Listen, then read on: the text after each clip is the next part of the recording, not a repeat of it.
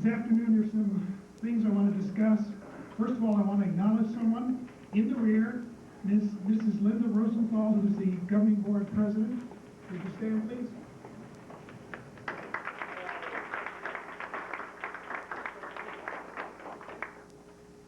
Our Science Symposium, this is in our 10th year.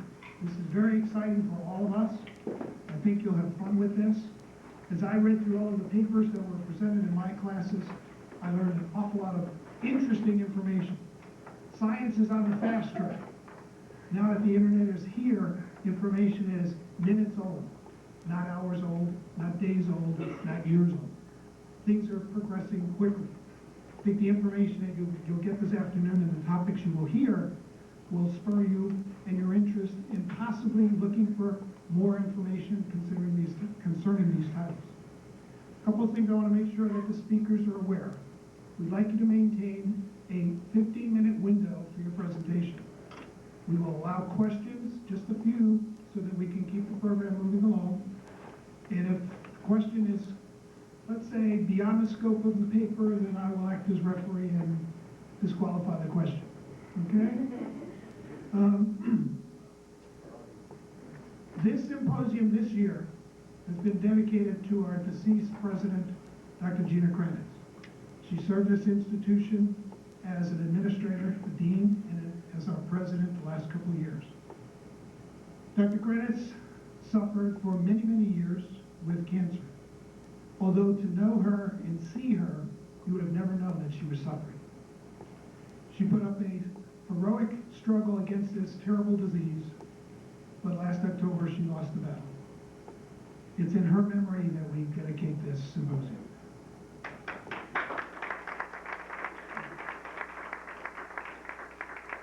I want to acknowledge Dr. Michael Bishop. Dr. Bishop, will you stand up? Dr. Bishop has been a staunch supporter, promoter of this particular event. He has worked with us. He has been an adjunct faculty here at Paradise Valley, 1 year only. He has been, for the last couple of years, at South Mountain, Phoenix, and Estrella Mountain. Dr. Bishop has been a tremendous asset to this program and to our department, and I want to acknowledge him. Thank you.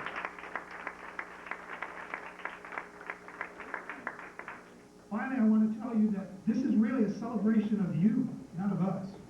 We, the administrators, faculty, those other interested parties are here to look at your success. It is the culmination of 2 semesters of organic chemistry and or other sciences that you now present this information. You have grown. You are now a professional. Without further ado, I want to introduce our first speaker. Christy Brown will talk about hair loss in women.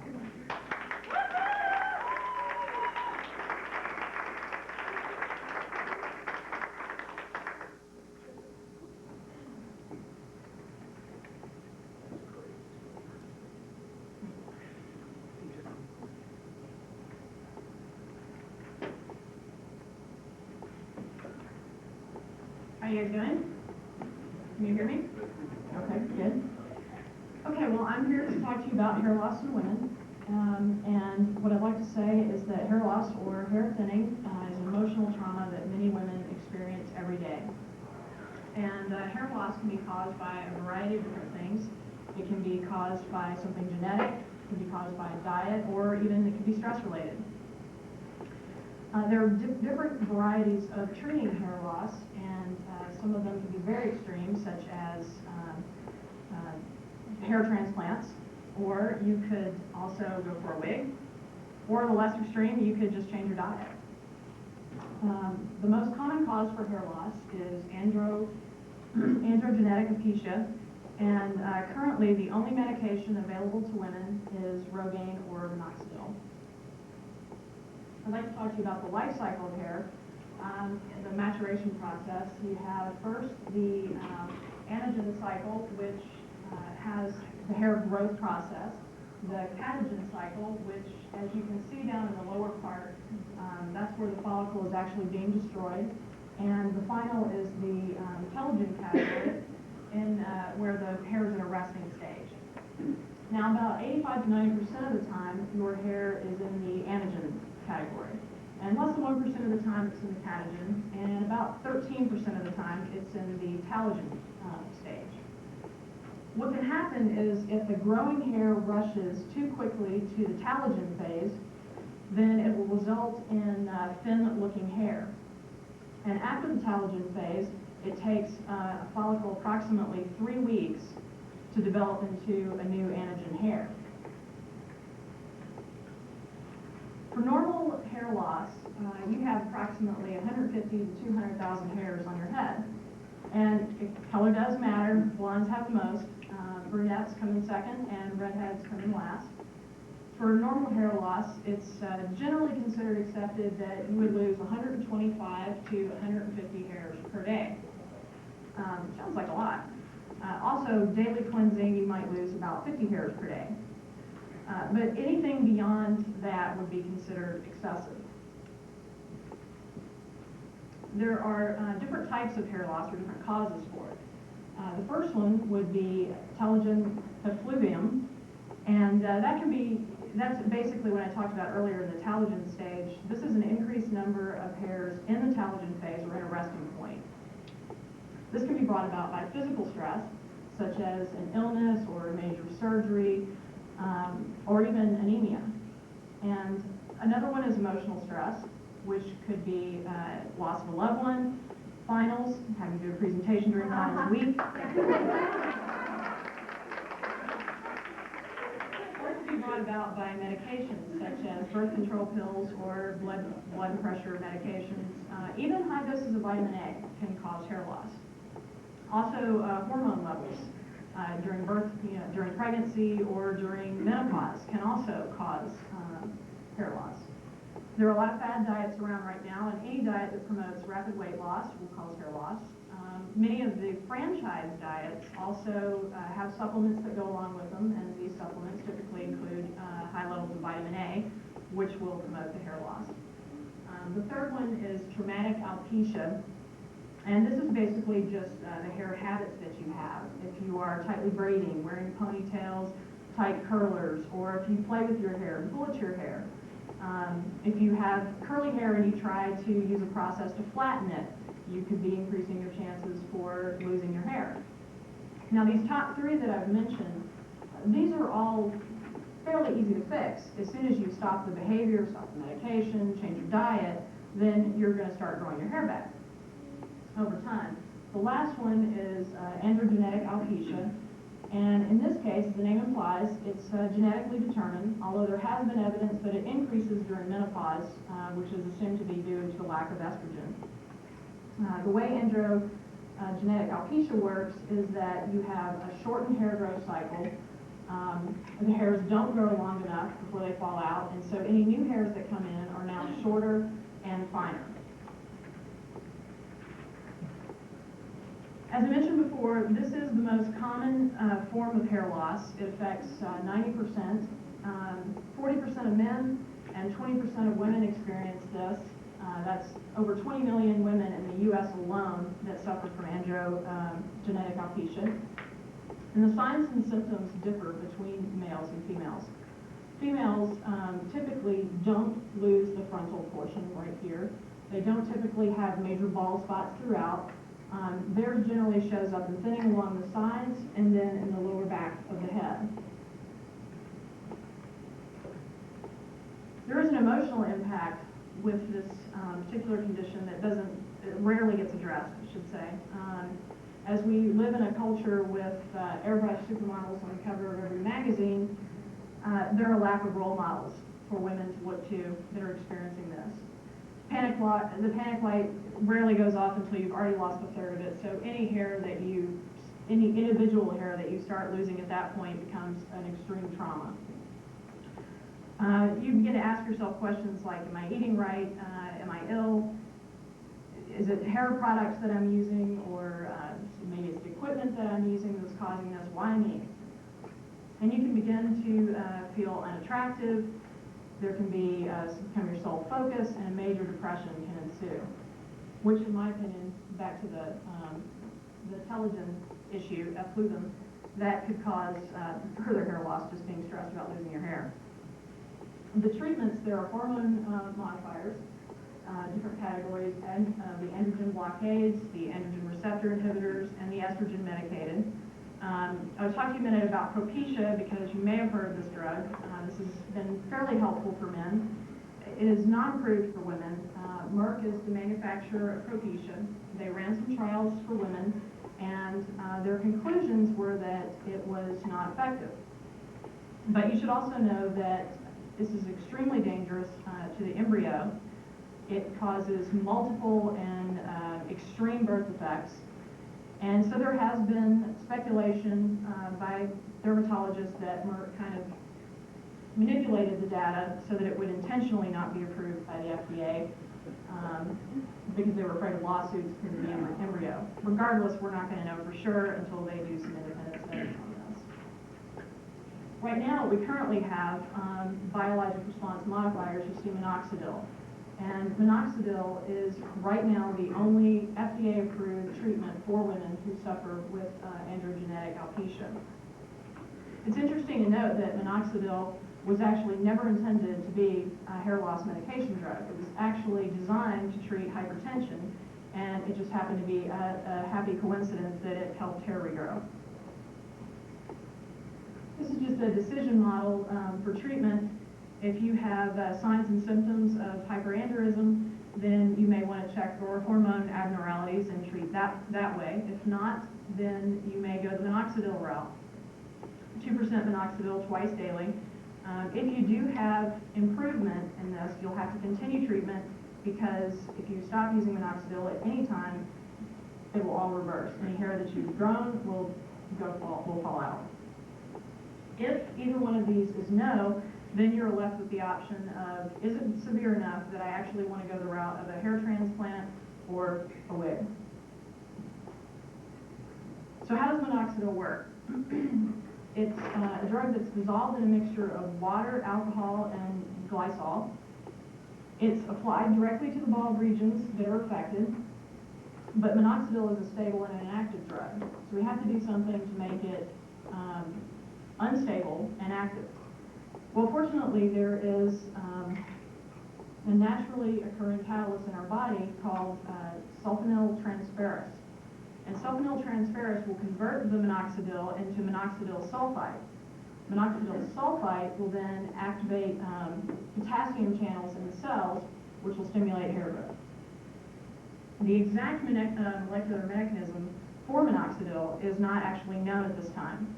We do know that minoxidil acts as a vasodilator, so it was assumed that it would actually stimulate, it would increase the blood flow, and it would actually stimulate the hair growth. But no other drug that has that properties does that, and all the studies so far have shown that there's no increase in the blood supply to the scalp when someone is using minoxidil. The recommended utilization by the manufacturer is 1 ml twice daily over an 8-month period. The studies that were done, the clinical trials that were done, was done over a 32-week period. It was double-blind, placebo-controlled. And there were 300 women that initiated and 256 that completed. The demographics were approximately 18 to 45 and predominantly white. You can see over here at the start of the treatment, the hair loss and 3 different candidates, and then the resulting hair growth at the end of 4 months. The results of the clinical trials showed that 13% of the women on minoxidil had moderate hair growth. 50% of the women actually experienced minimal hair regrowth. What's also interesting is that there was still fairly, in my opinion, fairly high numbers for the placebo, and 6% for moderate and 33% for minimal. Maybe it makes you wonder again about that psychological factor. They at least thought they were getting the medication, so they perhaps were a little less stressed. But the bottom line, the conclusion was that minoxidil was in fact effective for women with androgenetic alopecia. A few tips for healthy hair. When your hair is wet, that's most vulnerable. You definitely want to avoid hot showers and go for wide combs instead of thin combs. Make sure that you don't use combs or brushes that are shared by others.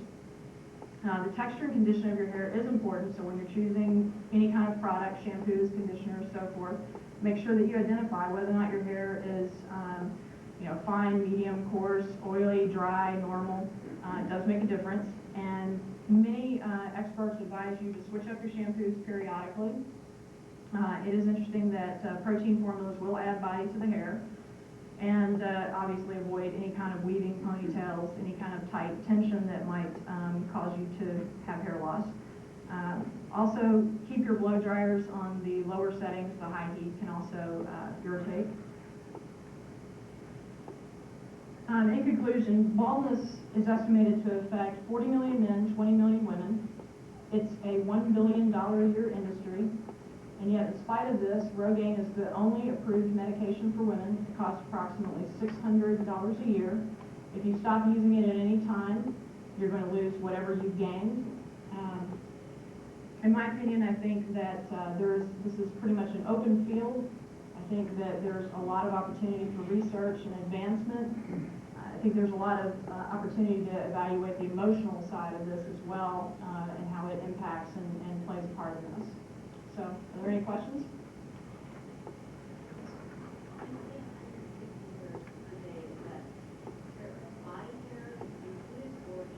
Just the hair on the head. Kristen? When you're talking about the chemical Mhm. here, there aren't any oral remedies for it? So It's only external, yeah. The only drug right now that's approved for women is minoxidil, the only one. There are some dermatologists that do prescribe, even though it's not FDA approved here in the States, there are some dermatologists that do prescribe Propecia, and they are a big fan of it, but they require the woman to take at least 2 different forms of birth control, which she does. I believe it is, yes. Yes? It's a question, we're naturally referring to hair on the head, but is there, because you have lots of hair follicles all over the body, so is hair growth associated with bodily, should you apply it anywhere else? Is that sort of what you're looking at? As far as I know, everything I looked at was specifically to the head. I'm not aware of this having any effect anywhere else.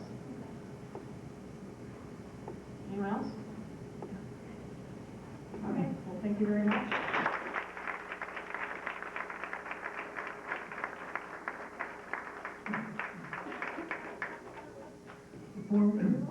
Before we continue, two pieces of information. Number one, in case you need the restrooms, they're on the other side of this wall. Exit either of the doors, go around, and you'll see the men's and women's restrooms there.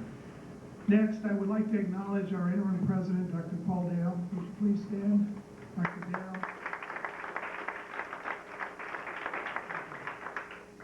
All right, moving along. Vikesh Desai will talk about adverse effects of ecstasy. Vikesh?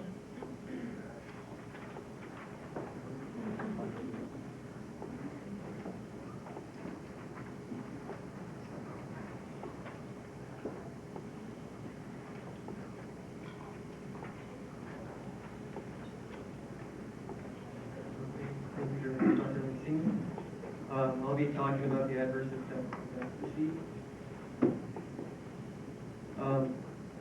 3,4-methylene dioxymethamphetamine, also known as MDMA or ecstasy, was scientifically discovered in air almost a century ago. Ecstasy's attempted use have ranged from government research as a truth serum to an over-the-counter psychotherapeutic drug. To date, scientists have been unsuccessful in finding a beneficial use of MDMA. Ecstasy is the world's foremost used club drug. Unfortunately, the majority of ecstasy users have no idea of the dangerous consequences of the notorious narcotic. The Merck company first synthesized MDMA in Germany in 1912. They had accidentally stumbled across ecstasy as an unplanned byproduct. In the 50s, ecstasy was briefly researched by the U.S. government as far as the CIA and Army chemical warfare investigations to try to establish it as a truth serum, but it proved to be unsuccessful. It was first reported for recreational use in the 1960s. In the 70s, ecstasy was recently discovered by the psychedelic therapy community. Under normal circumstances, a patient would wait, or the psychiatrist would wait 5 months for the patient to open up, but with the drug, the psychiatrist would only have to wait a couple minutes. The As you can tell, this is the chemical structure of ecstasy. It's very simple. Chemical formula is C11H15NO2, has a molecular weight of 193.25 grams.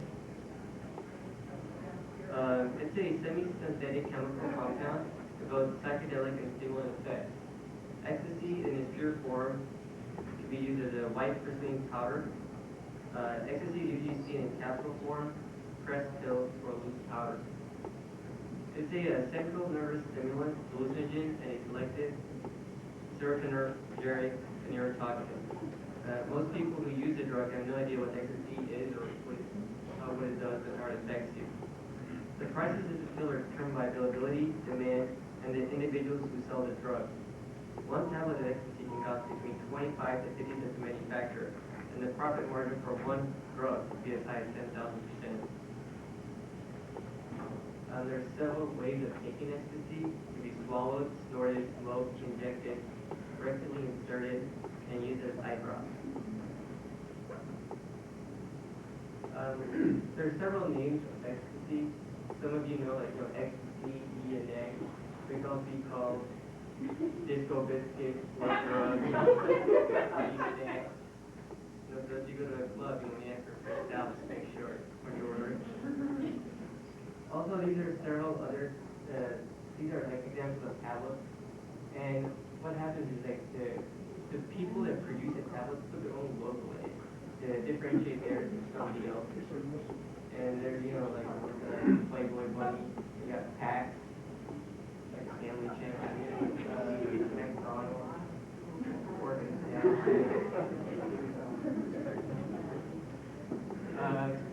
80% of the drug is produced in Belgium and Netherlands. And the chemical precursors such as MDP2P can be made by MDMA just by a simple conversion process. MDP2P is a common product used by the flavoring and fragrance industry.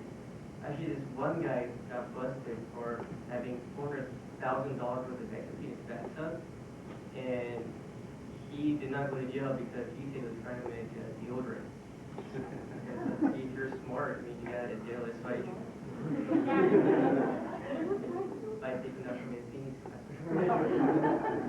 The Israeli and Russian organized crime syndicates traffic the majority of ecstasy to the United States, and they use American European nationals.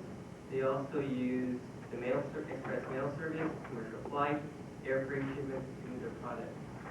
The DEA's chemical control program is working to prevent the diversion of the precursor chemicals used to make ecstasy, and it is punishable by 20 years in prison and a $1 million fine.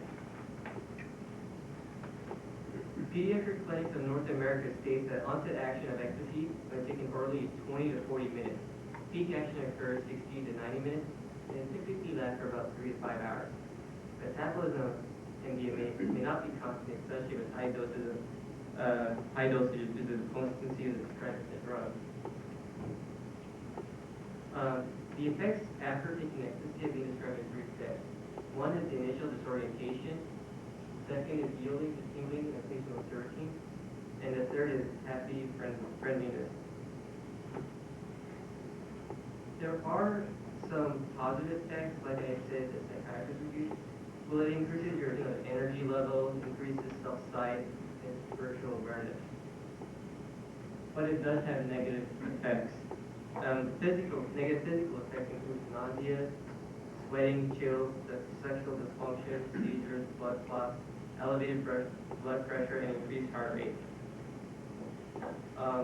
If you were lucky enough not to experience heart or kidney failure, they usually experience damage to the brain's critical thought and memory. This brain damage is caused by a significant depletion of neurotransmitters such as norepinephrine, dopamine, and serotonin. Serotonin affects sleep, mood, attention, learning ability, pain, and emotion. Underproduction or depletion of dopamine leads to symptoms seen in Parkinson's disease. Most users are unaware of the seriousness of the drug effects because the functional effects may not be seen for months. There are also a number of negative psychological effects, which include depression, confusion, paranoia, anxiety, hostility, and anger. As you can tell, this is your brain before taking ecstasy. The most serotonin is seen in the red, begin in specific areas of the brain stem called the branching nuclei. Their dendrites and cell bodies are located here, and they have very long axons that extend into the other parts of the brain. Serotonin axons are much more dense and have many more tree-like branches, as well as being much longer than depicted in this picture.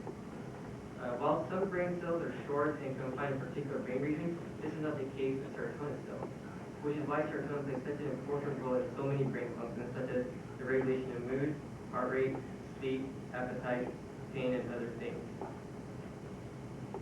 This is your brain after using ecstasy, and this could be by just using one pill. Ecstasy causes your serotonin neurons, extremely yellow, to release large amounts of serotonin, which is those red dots, which are stored in the axon terminals. This massive serotonin release is responsible for the primary subjective effects of MDMA. As you can see, the left is your brain before ecstasy, and the right is the brain after ecstasy. Like any Schedule I controlled substance, the effects are usually more detrimental to the user over a long period of use, but not necessarily. Trying once ecstasy may be the user's last time. In addition to the dangers associated with ecstasy by itself, users are also at risk of being given a substituted drug. This may include harmful drug mixed with other more damaging substances.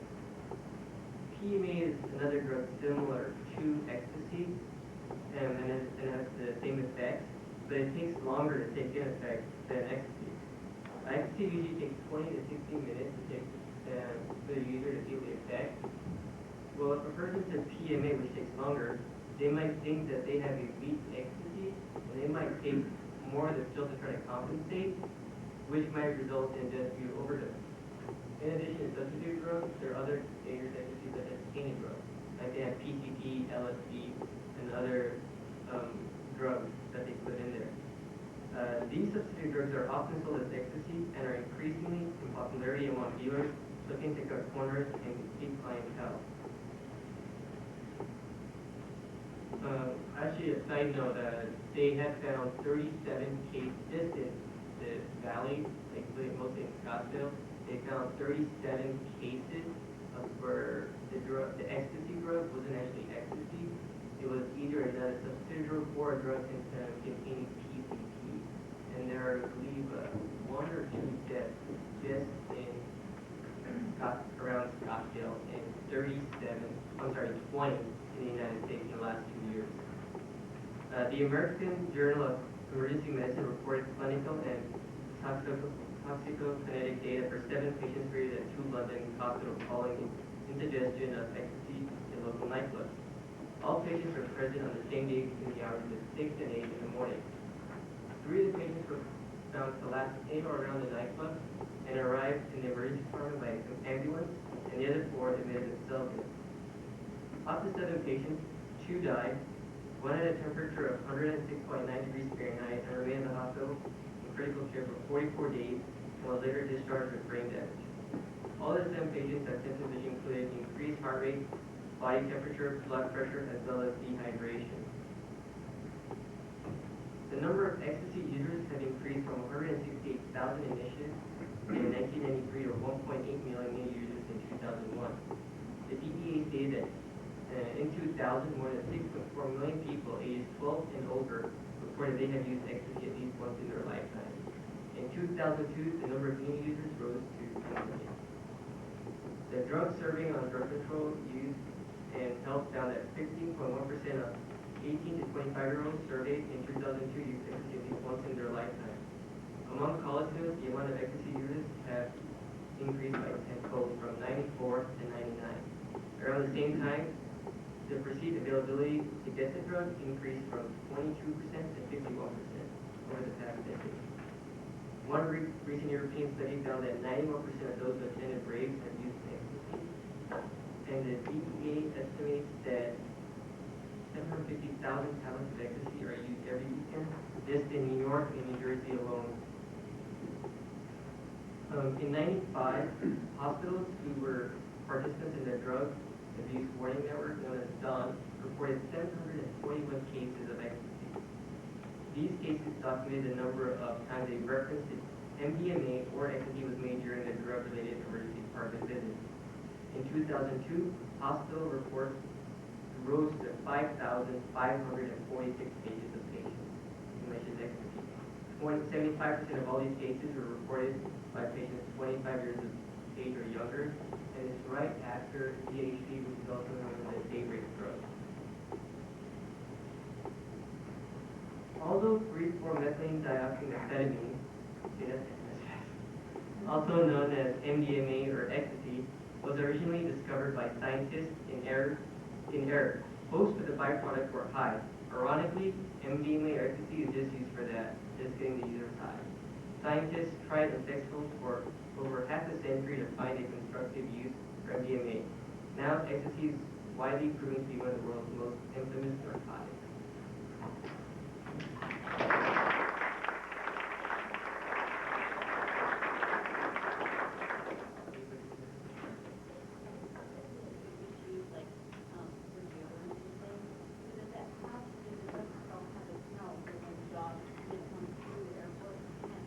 Well, it's a precursor.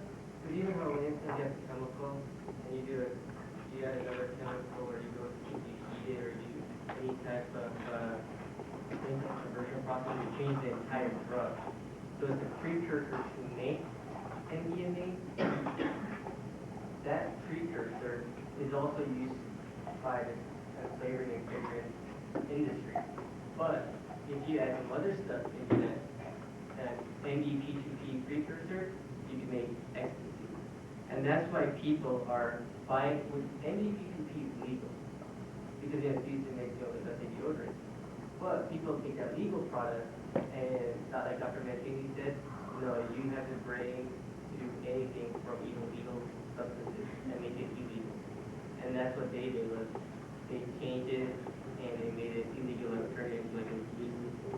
So when it comes to cost, Well, for that, the actual, I don't know, I think like all drugs, like, cocaine, like, I don't know if it's because of deodorant because it has it. I've never, like, smelled ecstasy or not, if there is a smell to it. But I know, like, drugs, like dogs, I guess they're being trained because they can kind of smell it like cocaine. I don't know if it has a deodorant smell or if it's just a drug smell that the dog just has. I don't know if that answers.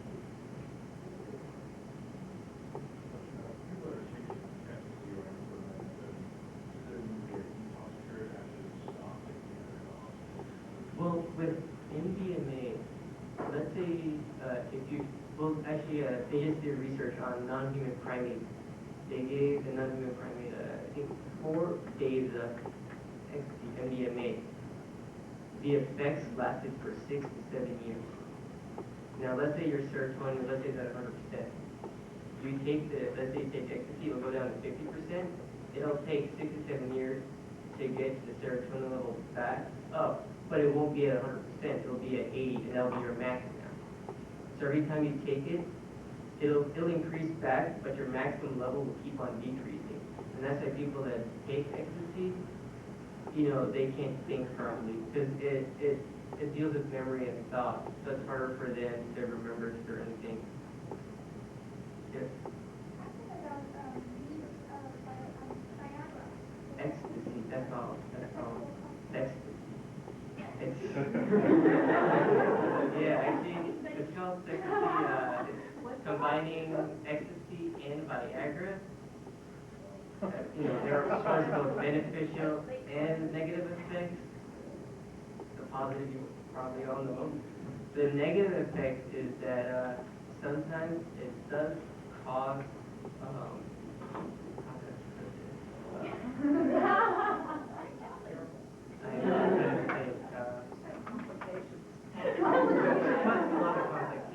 like long-term.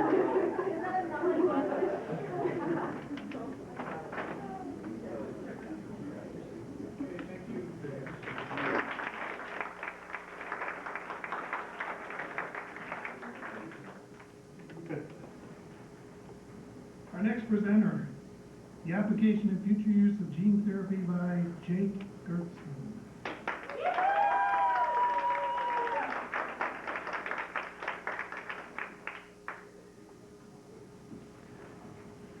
You ready? Yeah.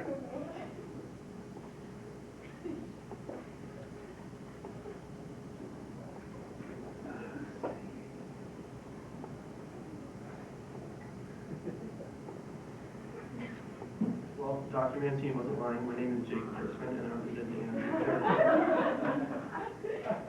So we'll start with one of the most obvious questions. What is gene therapy? Gene therapy seeks to repair the damage caused by genetic defects through the introduction of a functional version of the respective gene. Now, what is a gene? A gene is a specific sequence of DNA that codes for a protein, enzyme, or RNA. So, since it's a specific sequence of DNA, we should probably go in with DNA. DNA stands for deoxyribonucleic acid. The actual structure of DNA in our body is a double helix. Now, if you're not familiar with what a double helix looks like, it's actually a ladder that's twisted. So if you look at the sides of this ladder, it'd be composed of a sugar and phosphate backbone. The sugar is deoxyribose, and there's a phosphate group. The rungs of the ladder of DNA are composed of a pair of nitrogenous bases. These nitrogenous bases are adenine, thymine, guanine, and cytosine. And it's actually the specific order of these bases that determine what the gene will code for. Now, here's your happy picture of DNA. You have the double helix on the left, and on the right, it's showing the different nitrogenous bases in bonding. Now, the nitrogenous bases are bonded with hydrogen bonds. And what's kind of interesting is that adenine will only bond with thymine, and cytosine only bonds with guanine. They can only form hydrogen bases between those two specific pairs. Now, the sugar phosphate backbone is held together by what are called phosphodiester bonds, which are the bonds between the sugar group and the phosphate group. So, now that we understand genes and DNA, hopefully, we can talk about the general process of gene therapy. So, the very first thing that happens with gene therapy is that a disorder is linked to a defective gene.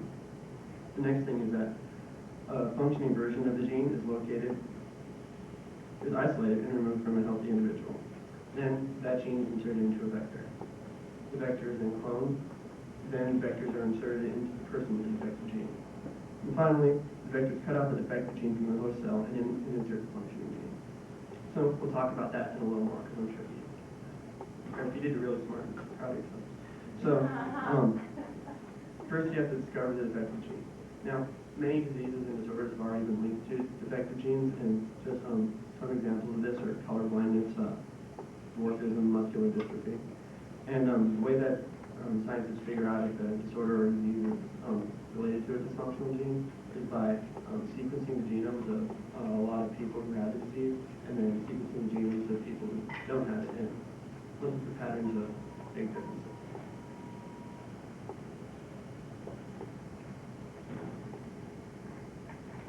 Okay, so once you figure out what the actual gene is, you actually have to isolate it from a healthy individual.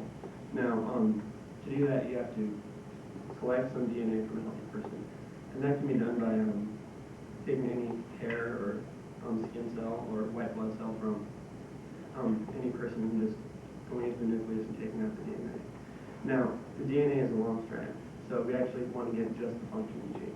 So to do that, the functioning gene is cut out through things that are called restriction endonucleases. And let's take a look what those are. Okay, well, here's how restricting endonucleases work. They recognize a specific sequence of DNA, and then they chop at that spot, and they chop the other spot at the other strand. Now, what happens is that it's chopped on one side at one point and the other side at another point, as you can see right here.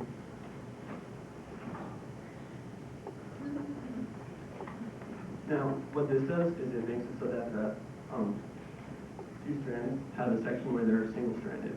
And this is important because the sequence of bases will only form hydrogen bonds with a single strand of that other kind of base. So it's useful for putting into a specific part of a DNA cell. So once you have your gene isolated, you have to insert it into a vector. Now, a vector is any vehicle used as a carrier to transmit a gene from one organism to another. Now, that just means you can take a gene from one place and put it into a human body. That's pretty much all that a vector does. Now, the three most common types of vectors are plasmids, adenoviruses, and retroviruses. What a plasmid is a circular sequence of bacterial DNA. An adenovirus is just a virus made of DNA. And a retrovirus is a virus that's composed of RNA.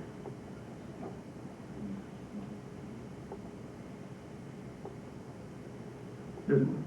And see, now, bacteria and viruses are usually pretty bad for people. So what scientists have to do is to cut out the bad, sticky parts of it using the same restriction endonucleases that we use to cut out the defective gene segment, or the healthy gene segment. Excuse me. So when you do that, it creates the same kind of overlap of single-stranded DNA, which are called sticky ends, and it's very easy for those two to come together. So let's take a look what that looks like. So here you can see that in this case, plasmid DNA, it's cut by restriction endonuclease. And you can see how it becomes single-stranded. Now, on the right-hand side, we can see that gene that we want to insert into it. And what's going to happen is that the specific base sequences are going to form hydrogen bonds between each other. And then an enzyme called DNA ligase comes in and seals the backbone of the DNA. Okay, so now we just made one vector. But it actually takes a lot of vectors to do any real work inside of a person. So you have to clone the vector. Now, lucky enough for us, viruses and bacteria are actually very good at reproducing. And when they do reproduce, they do it by mitosis. So that means they're making an exact copy of themselves every time they reproduce. So essentially, just by letting the bacteria do its thing in the lab, you're making tons of vectors that are going to help for gene therapy. This is slide. So now once we clone the vectors, you actually have to get them into the body. Now, there's really only two ways of getting a vector into the body. You can actually do it by putting them in solution and just inserting them into a muscle cell. Or you can do that with a technique that's called electroporation. Now, what electroporation is applying an electric field to body cells as you're inserting the vector. Now, what this does is it creates pores in the cell membrane so that it's easier for your vector to get inside the cell. Alright, so once the vectors are in the body, it kind of depends what vector you use. So if you use an adenovirus or a plasmid, the new gene will never fully integrate into the host DNA. What happens is that it just kind of hangs out in the cytoplasm of the cell, and the cell will do its general processes and produce whatever product the gene coded for. Now, if we're going to use a retrovirus, it's a little bit more complicated.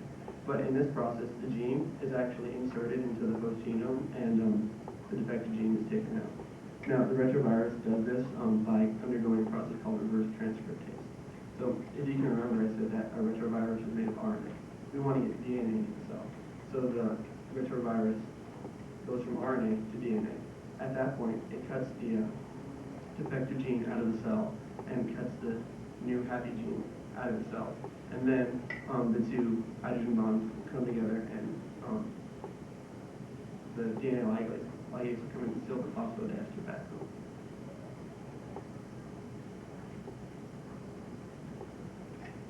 So the most important process, I think, in gene therapy is the restriction endonuclease cleavage of DNA. And this is a real big chemistry-based process. So it sounds kind of complicated a bit, but it's really just a base catalyzed hydrolysis reaction. And let's take a look at what's happening.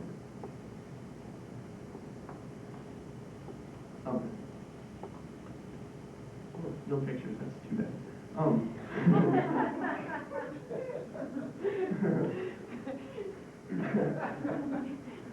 So,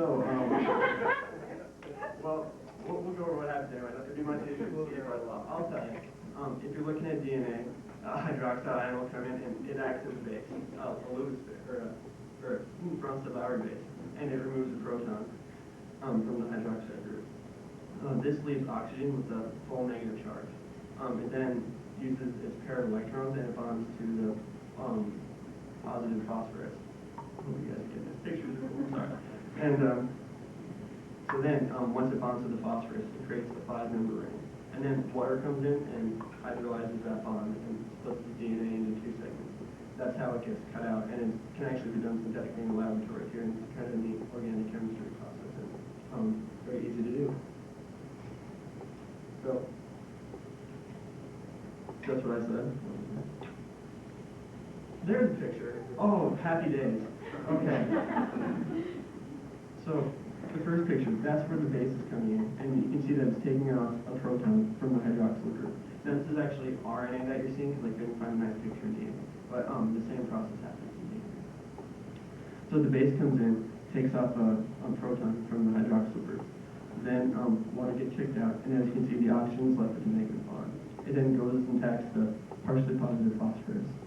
Then water comes in and cleaves the oxygen-phosphorus bonds, thus splitting the DNA.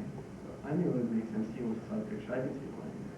So yeah, that's the process of gene therapy, and it's actually a fairly new field. So if anybody's kind of interested in this, there's a lot of hacking into people. You can learn a lot, you can do a lot, you can really make a difference in the field, and you can really do a lot of good. So that's gene therapy.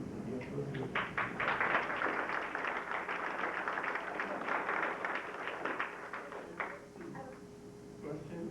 So basically what you're saying is they're copying the introns and placing those into like an unhealthy person, so to speak.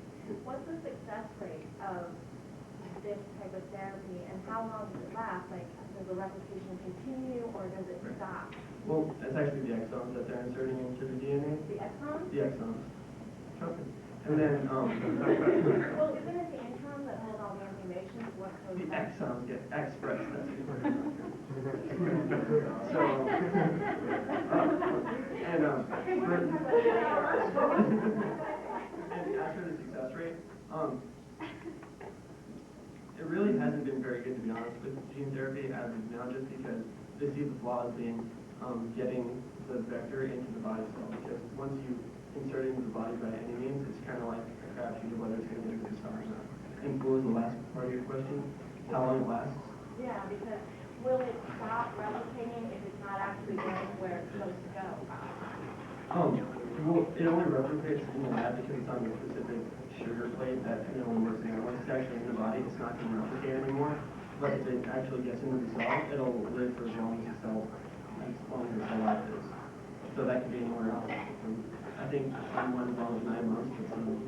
But Mostly they replicate 50 times. right. So it doesn't take, there definitely are repeated treatments in gene therapy that we do.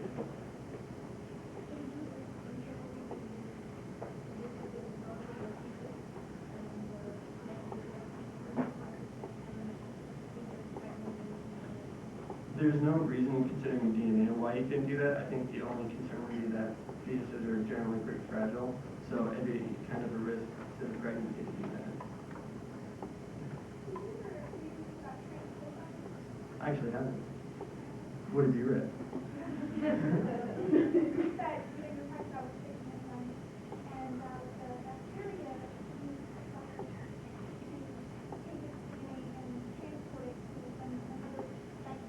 Right. Yeah, bacteriophages. Yeah. Well, that they're kind of using the bacteriophage, and that's how they get the bacterial cells inserted into the patient's DNA. Yeah, it's the same process. For a number of vectors that are used for hair infection, what as far as like the collective duration of the About how many? yeah, Millions. It's really, the more you use, the better chance you have of actually getting all the cells in your body. Anybody else? Well, again, thank you for listening and have a great day.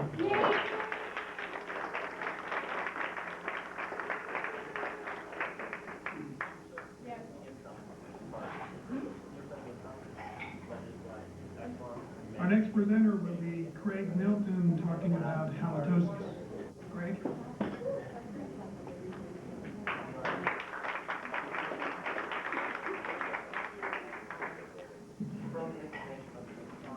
All right, I decided to go a little more old-fashioned and actually use overheads. I'm glad to see they have an antique section here at Paradise Valley Community College. All right, I did just a little information about me. I don't like to do conventional things. When it comes to papers, I just like to be a little bit different. So when I was searching for a topic on my paper, I was trying to find something. And ironically, I was actually talking to somebody. And as I was talking to them, I noticed that holy cow, look at their breast steak. And I thought, that would make an interesting paper. And so that's what I did.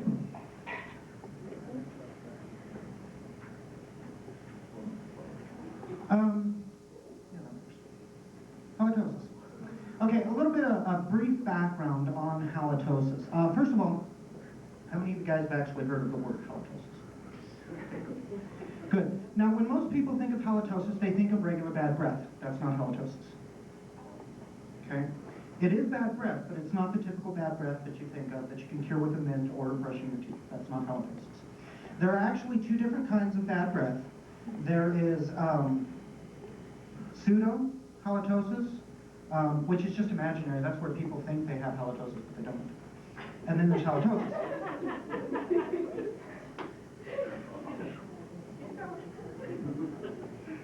Of halitosis itself, it's further subdivided down into physiological bad breath, as well as psychological bad. Psychological? Hold on, I better check that.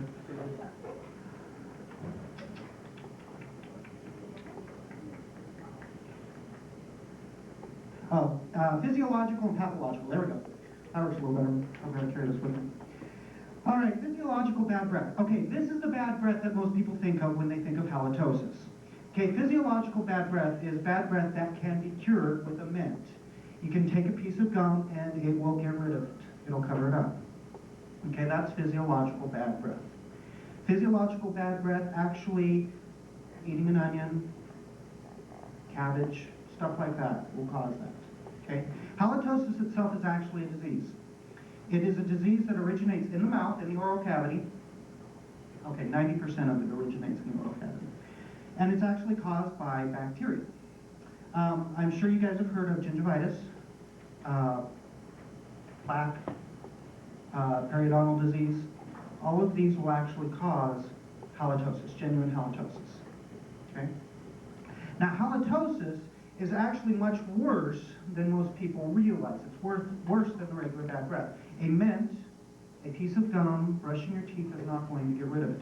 Because what happens is these bacteria, the gingivitis, the plaque, they get in there, and it's really kind of cool what they do. They take and they break down several amino acids. And when they break down these amino acids, they release sulfuric gases, okay, gases that have sulfur in them. Now, how many of you guys have ever smelled sulfur? How does it smell? It smells terrible, right? Well, guess what? Halitosis, that's what they're breathing out, is that sulfuric compound, okay? All right, just to give you a little bit of the chemistry behind this, we're going to take a look at actually what happens. Two of the amino acids in particular are notorious for this. And I always pronounce this wrong. Methionine? Methionine? Yeah. Methionine is one of them. And what happens, the other one is cysteine. What happens with cysteine is it's broken down, but guess what? Our mysterious friends, the enzymes. This here, can you guys see that? It's kind of small. Anybody see that? Okay, this here, right here, we know we've got cysteine, okay? We've got an amine group here, we've got a sulfur over here, we've got a double bonded oxygen, and a hydroxy group over on the other end. What happens is this enzyme comes in, it breaks this all apart, and it forms hydrogen sulfide as well as ammonia. Okay? How many of you guys have smelled ammonia? Doesn't smell very good either, does it? How many of you guys have actually been to some kind of a natural hot springs? What does it smell like? Sulfur. It smells like sulfur, right? This right here, hydrogen sulfide, is exactly what's in those hot springs. Okay? The bacteria, they're breaking this down. They're breaking cysteine down. Nobody knows how the enzyme does it. It's funny. It's like nobody can explain the magic of enzyme. Okay? The other one that is formed from methionine is methyl mercaptan. Now, methyl mercaptan, I just love that name. Methyl mercaptan. It just makes me think of Captain Crunch for some reason. Methyl mercaptan.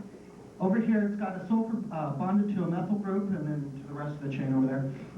What happens is, again, the same bacteria, the gingivitis, the periodontal disease.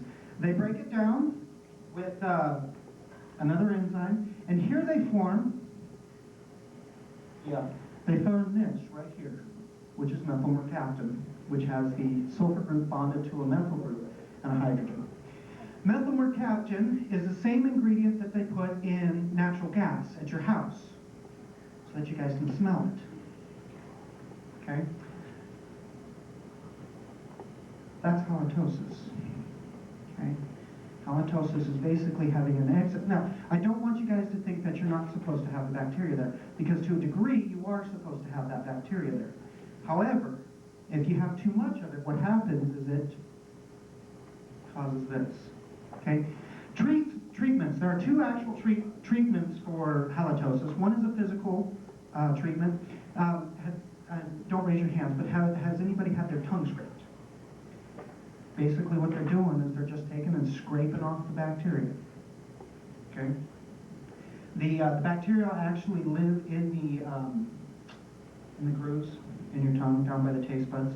That's where they live. The second is a chemical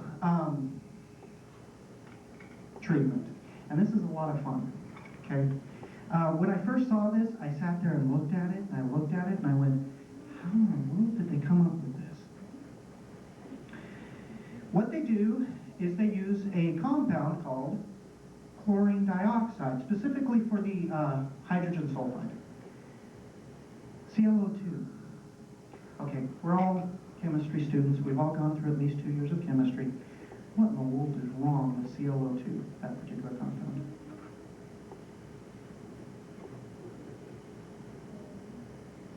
It's an odd compound. It's an odd electron compound here. I sat there and looked at that and I went, holy cow, how did they come up with this? ClO2, what's interesting about it, when you bind it with the hydrogen sulfide here, the products are hydrochloric acid. Now, hydrochloric acid in itself isn't harmful to you. Guess what? Stomach acid. Okay, so you just swallow that back down, it goes back into your digestive system.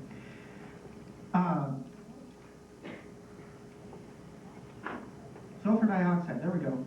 Sulfur dioxide is actually just a minor pollutant, is all it is. It's a gas the moment it's formed, and it's just released. Okay? And water. These are the products of this particular equation and this treatment. Now, I thought, okay, this is really interesting. So I decided to go out, and I did look at a bunch of mouthwashes and treatments and stuff. Guess what? Did any of them have chlorine dioxide? No. I looked. The only way you could get chlorine dioxide was through a dentist or through a special order of it. Interestingly, most of the stuff, the mints that I happen to have in my bag over there, you know, all they had was just regular menthol. That's what they had. So, anyway, interesting. I found it a lot of fun to do this paper and just learn a lot about bad breath. So, anybody got any questions?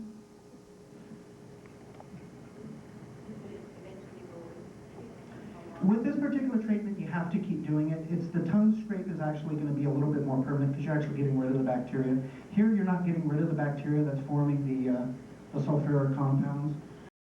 What you're doing is just treating the product. That's all you're doing. So, in order to get rid of it, you need to actually get rid of the bacteria. Yeah, they do. You know, I have no idea. I have no idea. Did you have a question? That was your question? Yeah, I don't know.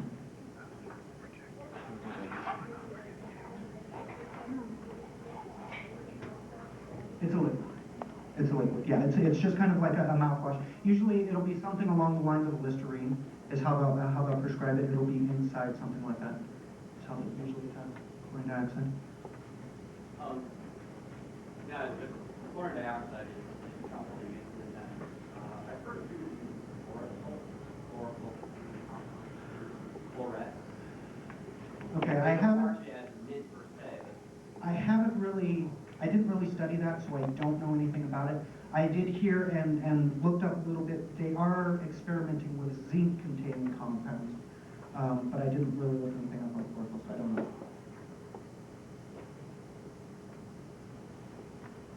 All right, thank you.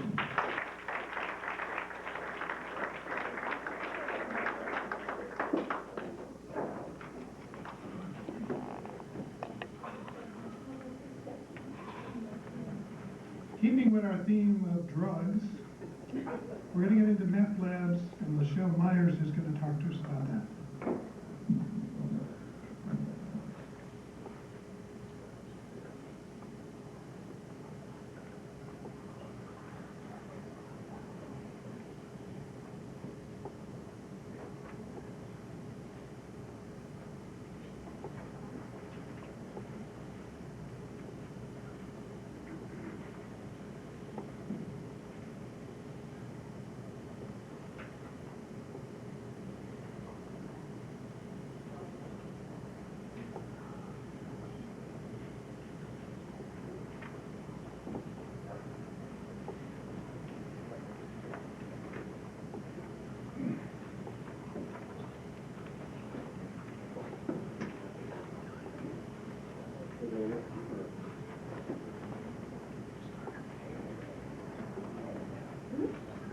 If everyone would go ahead and just stand up if you want to stretch real quick before I begin, because we've been sitting for a little while. So if you want to just stand up and stretch your legs a little bit, stretch the arms, stretch the back, real quick. Don't leave the room or go anywhere, just stretch for a moment.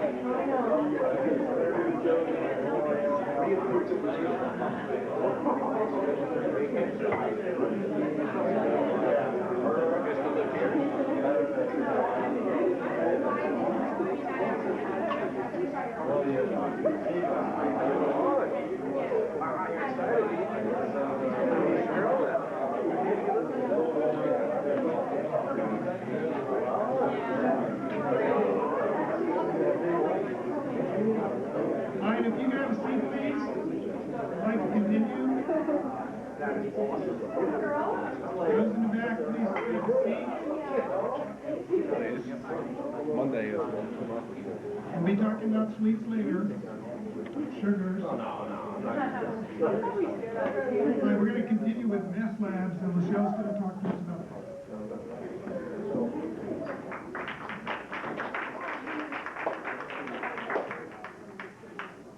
Just to give you a little bit of background on methamphetamine, it was first synthesized in Japan in 1919. It was first developed from its parent drug, amphetamine, and was originally used in bronchial inhalers in the treatment of narcolepsy and obesity and in nasal decongestants as well.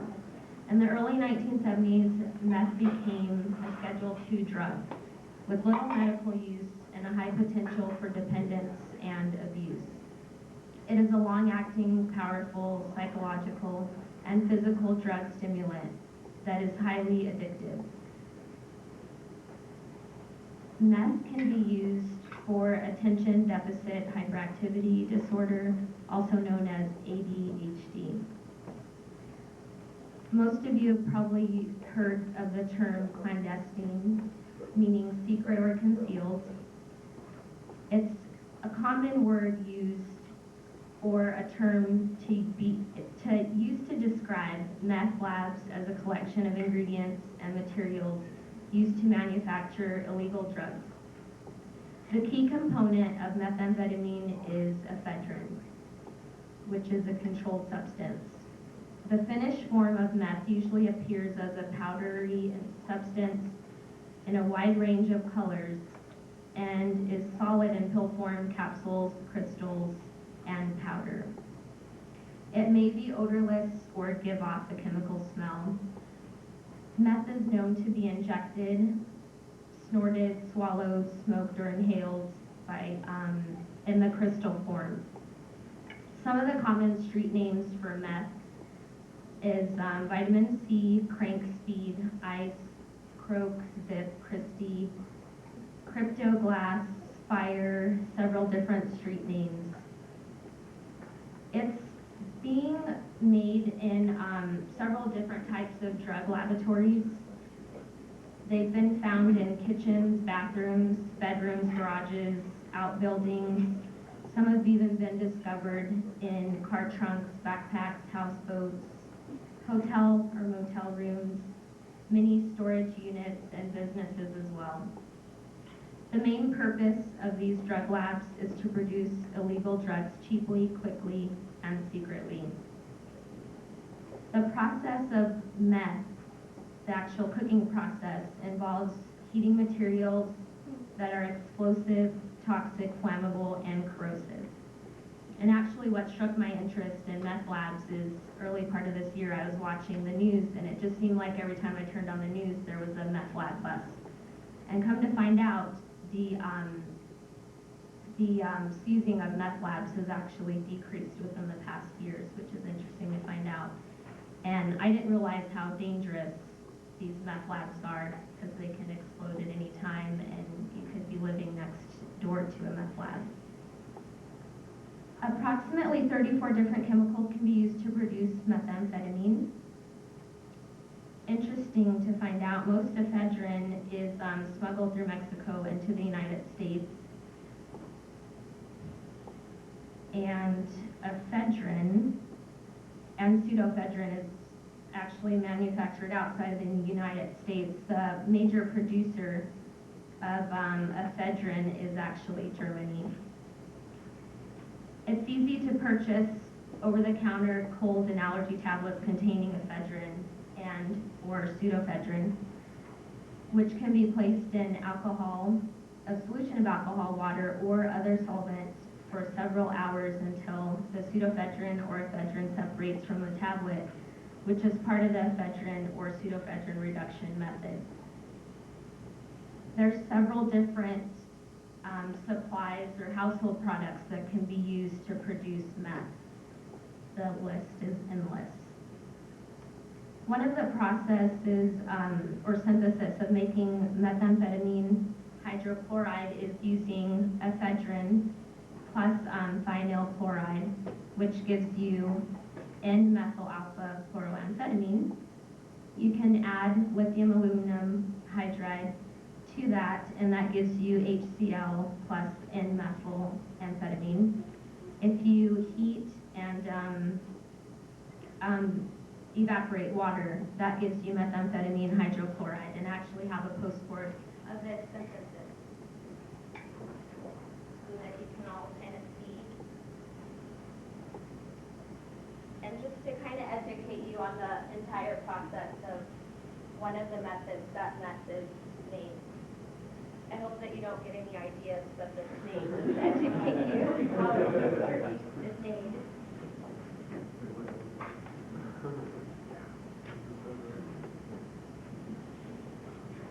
Methamphetamine strongly activates certain systems in the brain. It is closely related to amphetamine, but the central nervous system effects of meth are greater.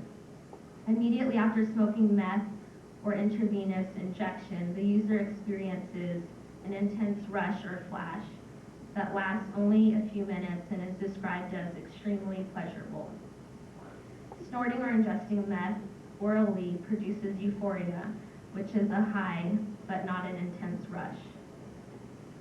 Some of the short-term effects of using methamphetamine include loss of appetite, increased blood pressure, insomnia, convulsions, hallucinations, anxiety, nervousness, irritability, and aggression are some of the short-term effects.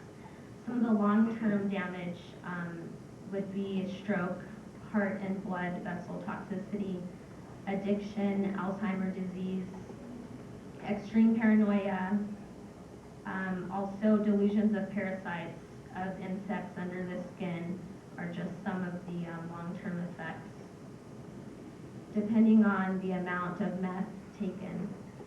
Contamination is one of the greatest dangers of meth.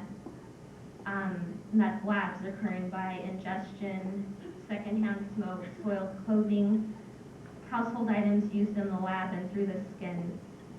An estimated 3 to 6 people working in clandestine U.S. drug labs die each year from explosions, fires, or toxic fumes. 1 out of every 5 or 6 labs discovered is found because of a fire or an explosion.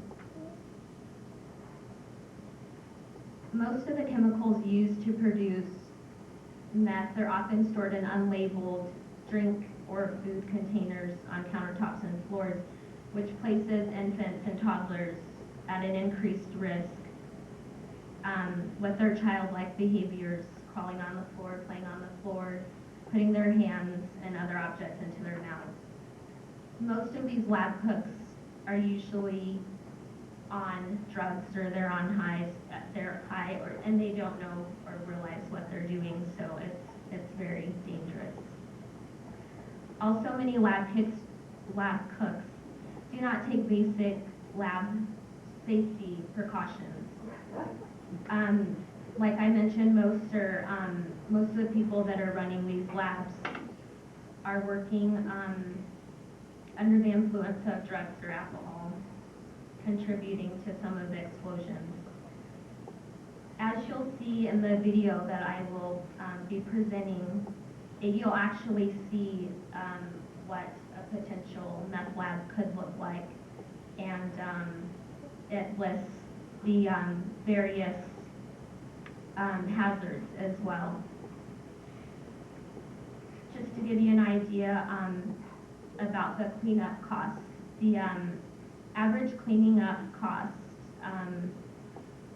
for an average size clandestine drug lab ranges from $2,500 to $10,000 and could cost up to $150,000 to clean up a larger super size lab. For every pound of meth produced, 5 to 6 pounds of hazardous waste is generated. To give you a little idea, profitability of clandestine drug labs could range $40 to $150 for 1 gram, up to $18,000 for 1 kilogram. Experts estimate that 1 ounce of meth equals about 110 meth hits. And there was a survey done in 2000 of 544 respondents indicated that majority of 18 to 23-year-olds compared to other average groups were using meth. I had the opportunity to talk to Don Sherrard, who is with the City of Phoenix Police Department, and he's a clandestine lab supervisor, and he actually sent me some information on meth labs and the video that I will be presenting. And so far this year, he mentioned that the number of meth labs discovered has decreased compared to other years, which is surprising to find out with so many being mentioned on the news. So I'd like to go ahead and present the video. It should be a little under 10 minutes, probably about 8 minutes. I hope that it's educational and it expands your knowledge.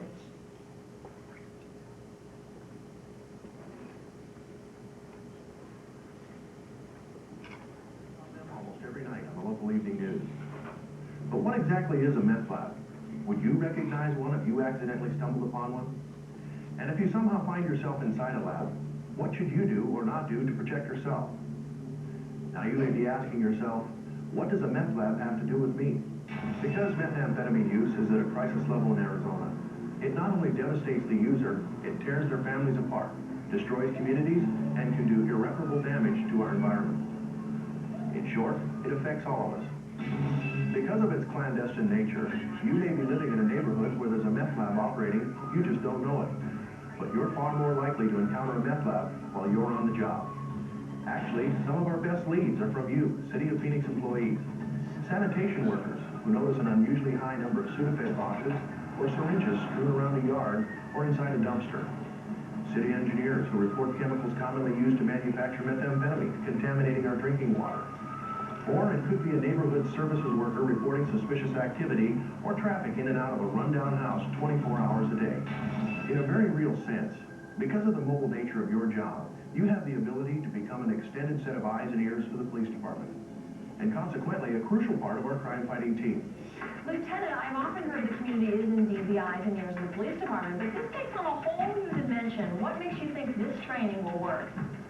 Hi, Michelle. Most of the meth labs that we come across are in hotels and apartment complexes and homes, and because it's right there in their neighborhoods, we figure that the neighborhood associations in our community are going to be our best chance of success of actually finding the meth labs. Methamphetamine is known by a variety of street names, including meth, speed, crank, crystal, ice, go fast, chalk, and glass. In appearance, meth has a sugar-like texture and usually is off-white or brown in color. It can also have a red or blue tint and has a chemical odor. It can be swallowed, snorted, injected, or smoked. Methamphetamine is a powerful, long-lasting physical and psychological stimulant which dramatically affects the central nervous system. Methamphetamine users characteristically have a number of problems because they use the drug so frequently. One of them is they will usually take it for several days in a row because of the high that they get. Consequently, after several days of using the drug, they stop eating, they don't take in enough fluids, they get dehydrated, and they can lose great amounts of weight in a very short period of time. One of the great dangers of methamphetamine users is that with high doses over a long period of time, they develop very severe psychological reactions. They can be indistinguishable from somebody who's having an acute psychotic break and can be extremely paranoid and sometimes very violent. Meth labs are operated by so-called cooks who mix toxic chemicals like ether, freon, and kerosene with over-the-counter drugs which contain pseudoephedrine. In fact, a major factor in the exponential growth of the labs is due in large part to the fact that with an extremely modest investment, meth users can become meth cooks in a matter of hours. The chemicals and carcinogens that are used to make methamphetamine are readily available at just about any store, even grocery stores, hardware stores, convenience stores, you name it. You can go to Home Depot. Unfortunately, people can go there and buy the things, then they go home and they put it in some makeshift chemistry set and they start cooking this stuff up. It makes their teeth fall out, their hair fall out. It's bad stuff. Unfortunately, what happens is maybe a city worker, a utility worker, a firefighter, somebody stumbles across this stuff in the course of their normal duties, and all of a sudden they're contaminated by it. And the worst thing about it is these people are paranoid people that make this stuff. What they do is they booby trap the place where they're making it.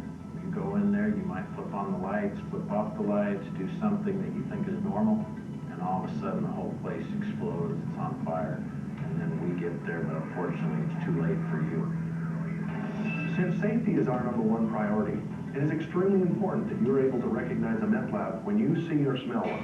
Last year, the city of Phoenix busted 170 meth labs. Those are just the ones they know about. The narcotics squad will tell you there are many more, and that's why today they're training non-law enforcement workers to not only spot, but report in meth labs. Nearly 400 labs have been discovered in Arizona already this year, and you'll find them in just about any rural, suburban, or urban area. In Phoenix alone, well over 100 labs have been seized this year already. The word clandestine means to conceal or hide, and that's just what these cooks try to do. We find labs in many locations, such as hotels, trailers, trailers, abandoned houses, occupied houses, storage units, apartments, agricultural fields, and even in trunks of vehicles.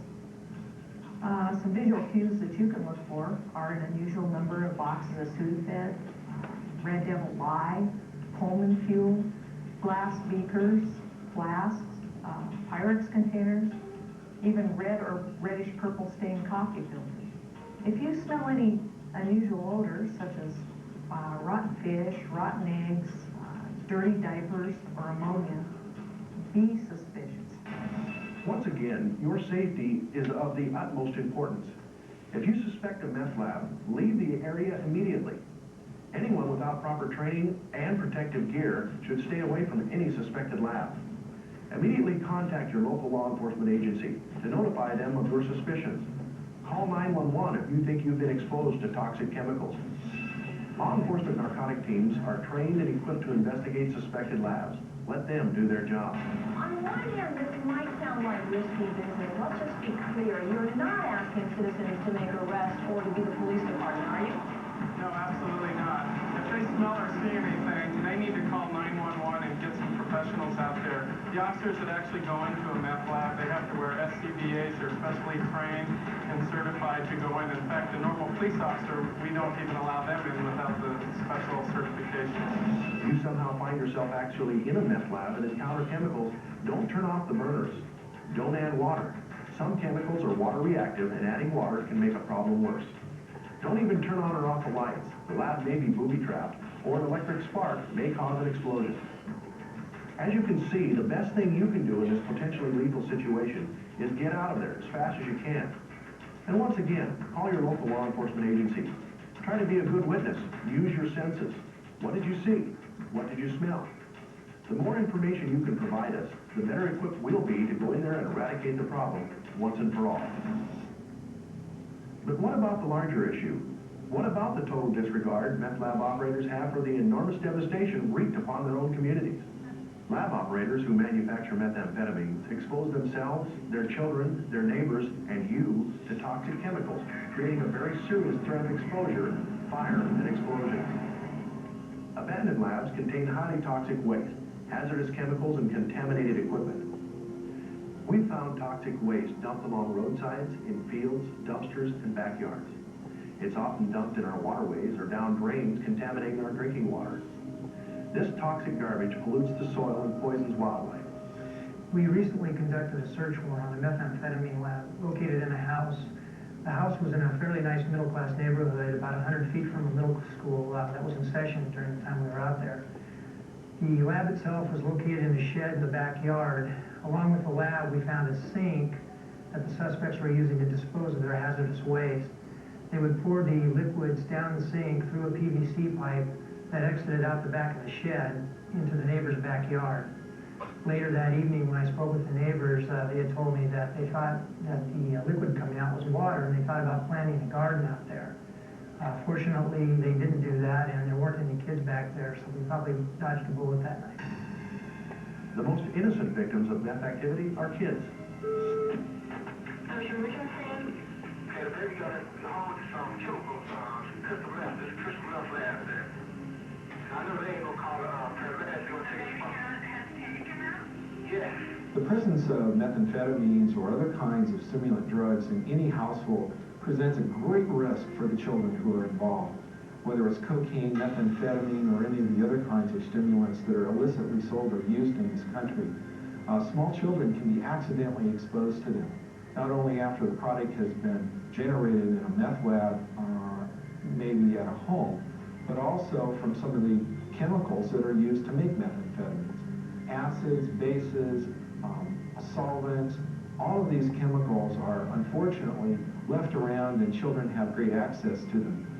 Many of these chemicals can cause severe injury and damage to children, besides the great risk that occurs when a child may accidentally ingest an amphetamine. Even if a meth-exposed child physically survives a lab environment, chances are they will have physical and psychological problems, which may include a predisposition toward anger and violence and deficits in coping skills and education. In the Attorney General's office, we have recognized the special needs of meth-exposed children by starting a methamphetamine endangered Children's Initiative, where we put together Child Protective Services and law enforcement to take special care of these especially needy children. Once you truly understand the dangers of meth labs and the devastating consequences to users, their children, families, neighborhoods, and entire communities, it might appear to be an overwhelming problem and beyond control. Yes, it is a dangerous problem, but it's a problem that with your help, it can be stopped once and for all. During the past decade, methamphetamines have truly become the drug of choice in our community. Because we in law enforcement cannot be everywhere, we're asking you to assist us by being our eyes and ears. With your help, methamphetamines and all the problems associated with this lethal drug will someday be a problem of the past. Thank you.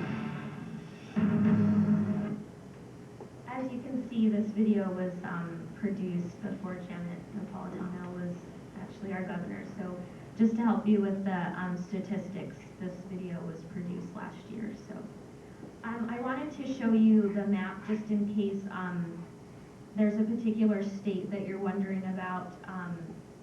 Laboratory incidents in 2003. And you can see where Arizona is close.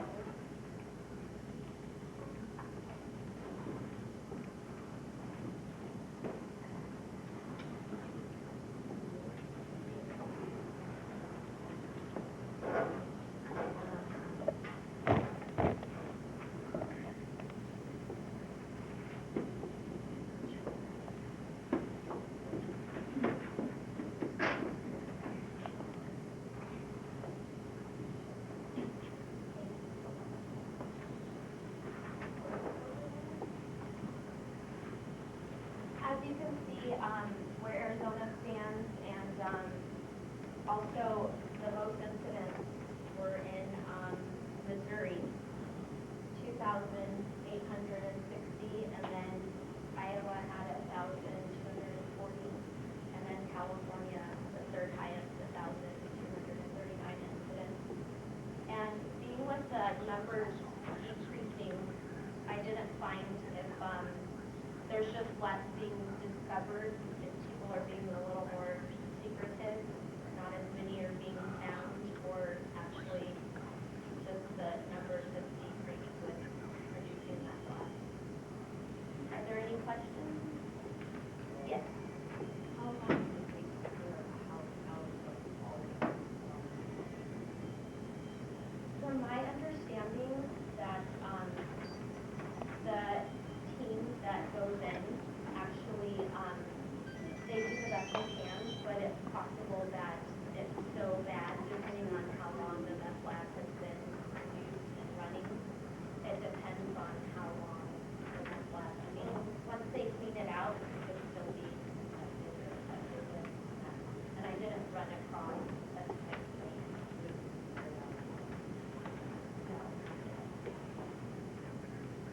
Any other questions? Great, thank you.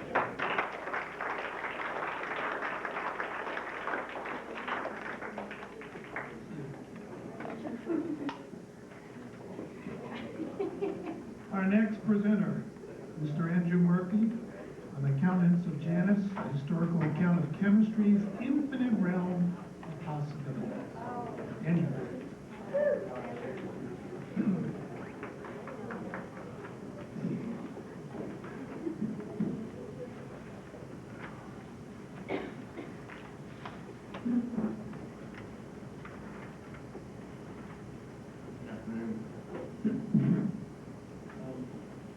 While contemplating the possibilities of my research thing, as Dr. Bishop assigned to us, I came to find myself pondering where do the many ideas and concepts of chemistry originate. I discovered that chemistry owes a great deal to the ancient Greeks and Romans, as they contributed significantly to the beginning of science. Therefore, I entitled my paper The Accountants of Janus.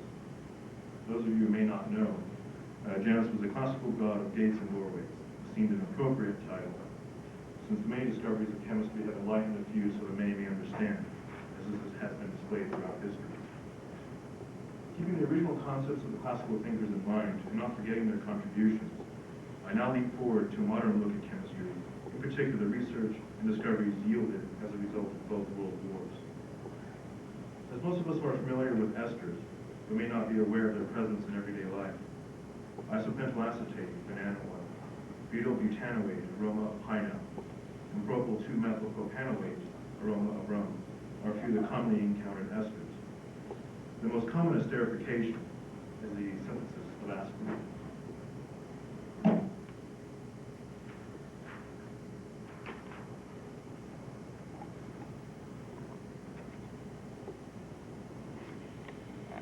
In this reaction, you can see that you have salicylic acid that is going to be, will have acetic anhydride added to it. And in this case, the hydrogen. In this case, the hydrogen from the salicylic acid will be removed, then forming acetic acid, then leaving the ester formation.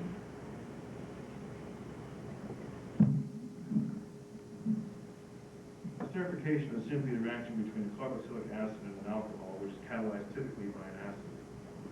During esterification, in theory, a proton from the acid attacks the carbonyl oxygen, which in turn spreads the electrons out between two oxygen atoms, resulting in delocalization. The electron is then in the presence of alcohol, rearranges in such a manner to create a temporary bond between the two reactants. The proton from the alcohol attacks the oxygen in the original OH portion of the acid, forming a positively charged oxygen atom, and a sort of water molecule is still left attached. Finally, the proton added initially leaves as water, yielding the ester product.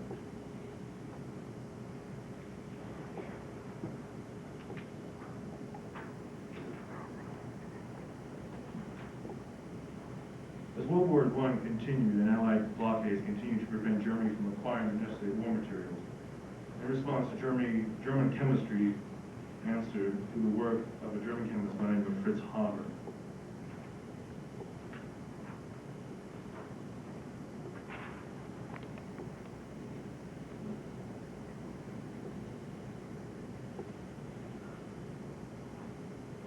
The Haber process combines nitrogen from the air with hydrogen derived mainly from natural gas, which is in the form of methane, into ammonia.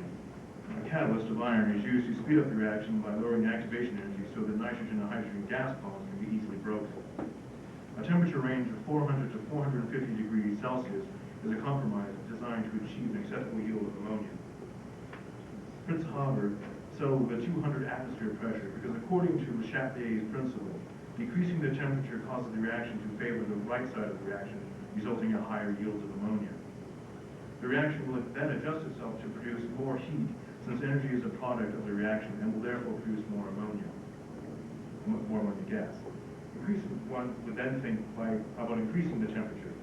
If the temperature is increased, there will be more chance for the reactants to overcome activation energy.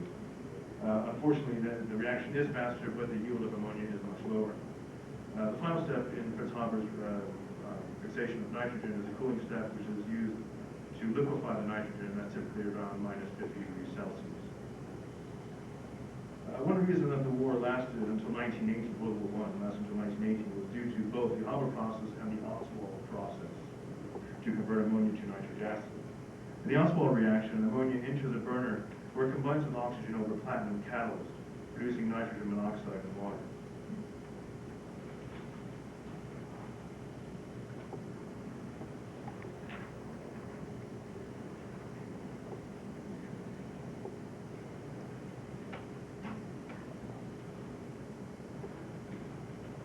Oxygen is continually applied to the reaction to convert any exhaust gas into nitric acid.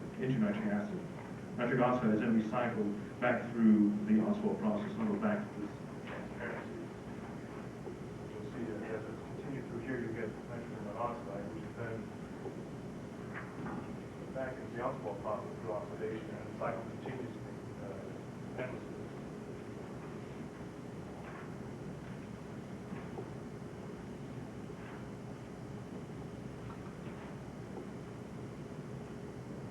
Nitric acid, like ammonia, is a commodity in its own right.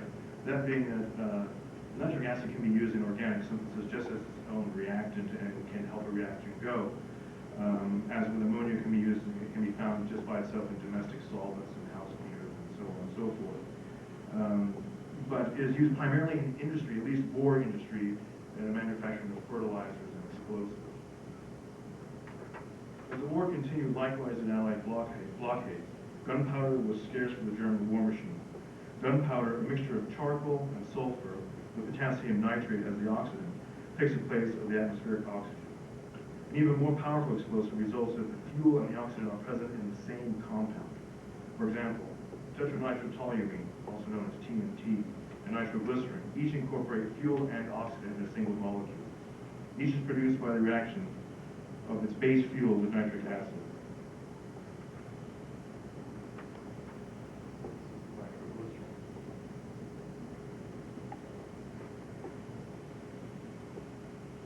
The nitro groups are the oxidizers, and the CH and CH2 groups of nitroglycerin are the fuel.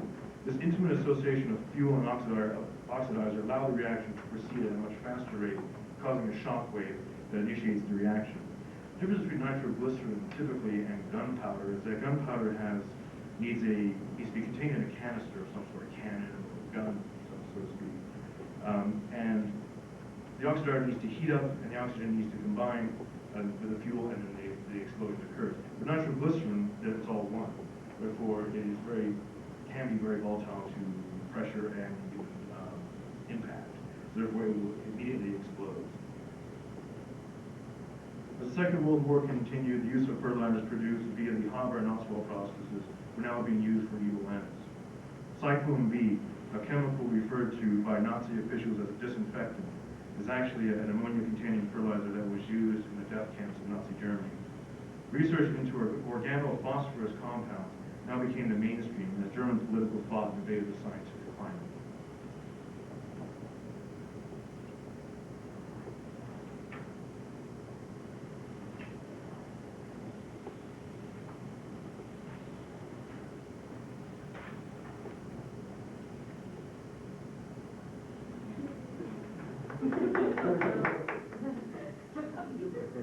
I now turn my attention to a very unique reaction, another Davidic reaction, one of my favorites.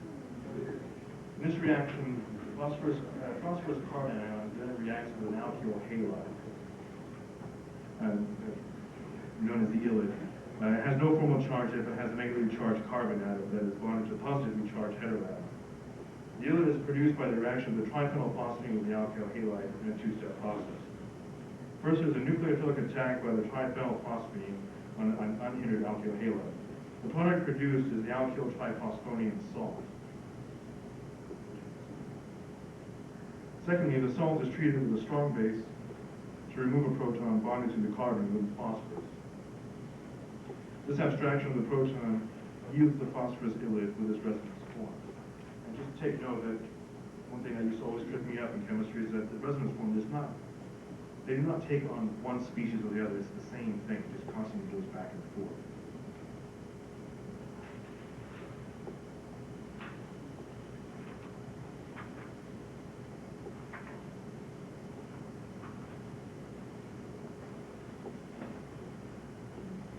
The ylide then attacks the carbonyl carbon of either a ketone or aldehyde.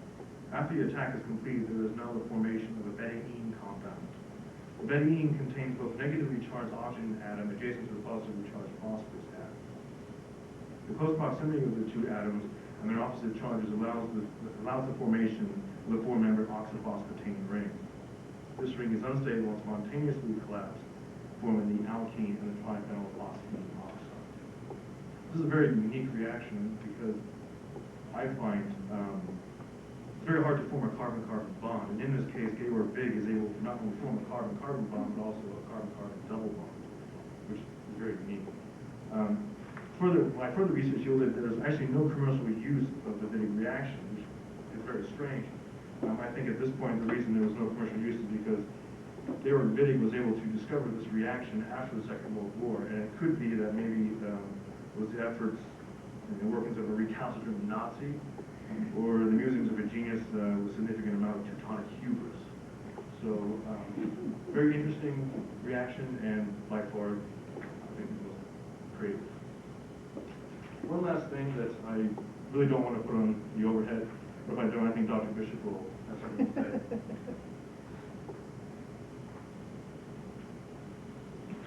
It's the polymerization of rubber.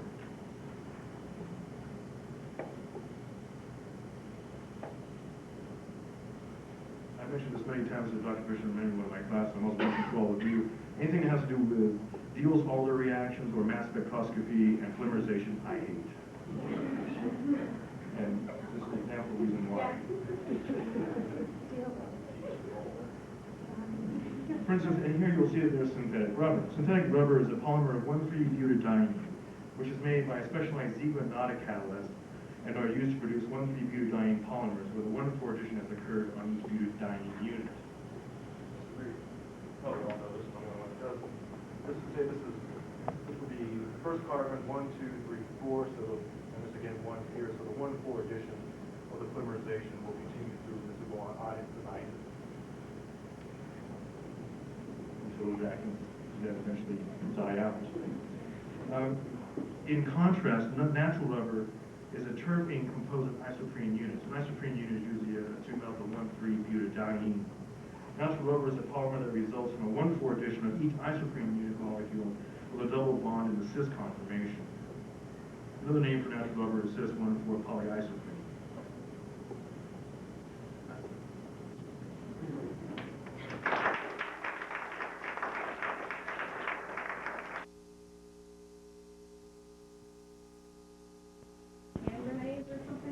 You know, that's a question I don't know. I think it is, but in small amounts. I'm not really certain. You know, I think it might be actually. No, I think about it, it may not be. It may be the fact that when the grenade is launched, there is some sort of just the tension of the throw or the interaction, the chemicals makes it and it explodes over a certain time. I think nitroglycerin is instantaneous. It's also not used anymore because it's volatile shock that over time will explode on itself. There's become more confident on that.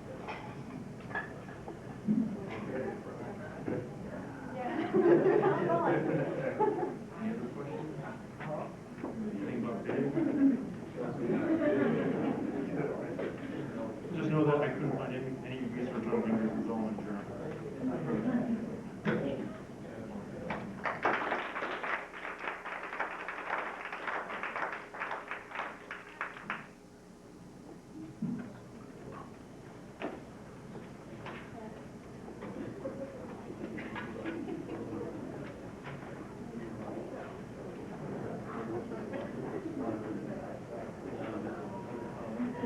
All right, as we proceed along, we're coming to the home stretch. I want you to get up and stretch. We're at the home stretch. Our next presenter is going to talk to us about sweeteners, the health implications of sucrose, aspartame, saccharin, and sucralose. Danielle Lopez.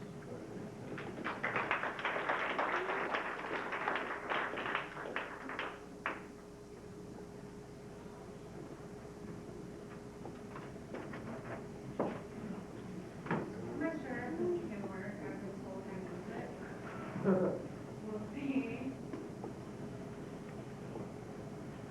I'm not twisted in my profession and want to hear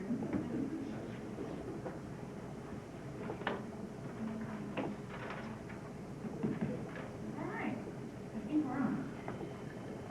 So, my cord is kind of crossing me, but I don't think you guys care.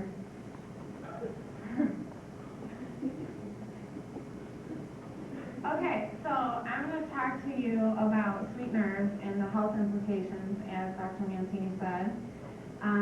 Sweetness has been a source of cravings for centuries. In the United States, we celebrate almost everything with something sweet. So whether it be get together with a friend and go to lunch, have dessert, or it's your birthday, or it's Christmas, we are crazy about sweetness. So sucrose has been found to be dated back to 12,000 before Christ era. The origination of sucrose was found in New Guinea, where the sugarcane plant was first noticed. Columbus introduced America in 1942. The first sugar mill was developed in 1508. And sucrose still today has the highest consumption of any other sweetener. The world consumption was 100 million metric tons from 1993 to 1994, and that number has significantly increased since that date. The molecule here is sucrose. I was having fun with the little noises, but this is the molecule of sucrose. And as you can see, it's a combination of the glucose molecule as well as a molecule of fructose. So as we know, and I'm going to kind of rapidly go through sucrose extremely rapidly because most of us are familiar with the synthesis of sugar in the body. It goes through glycolysis,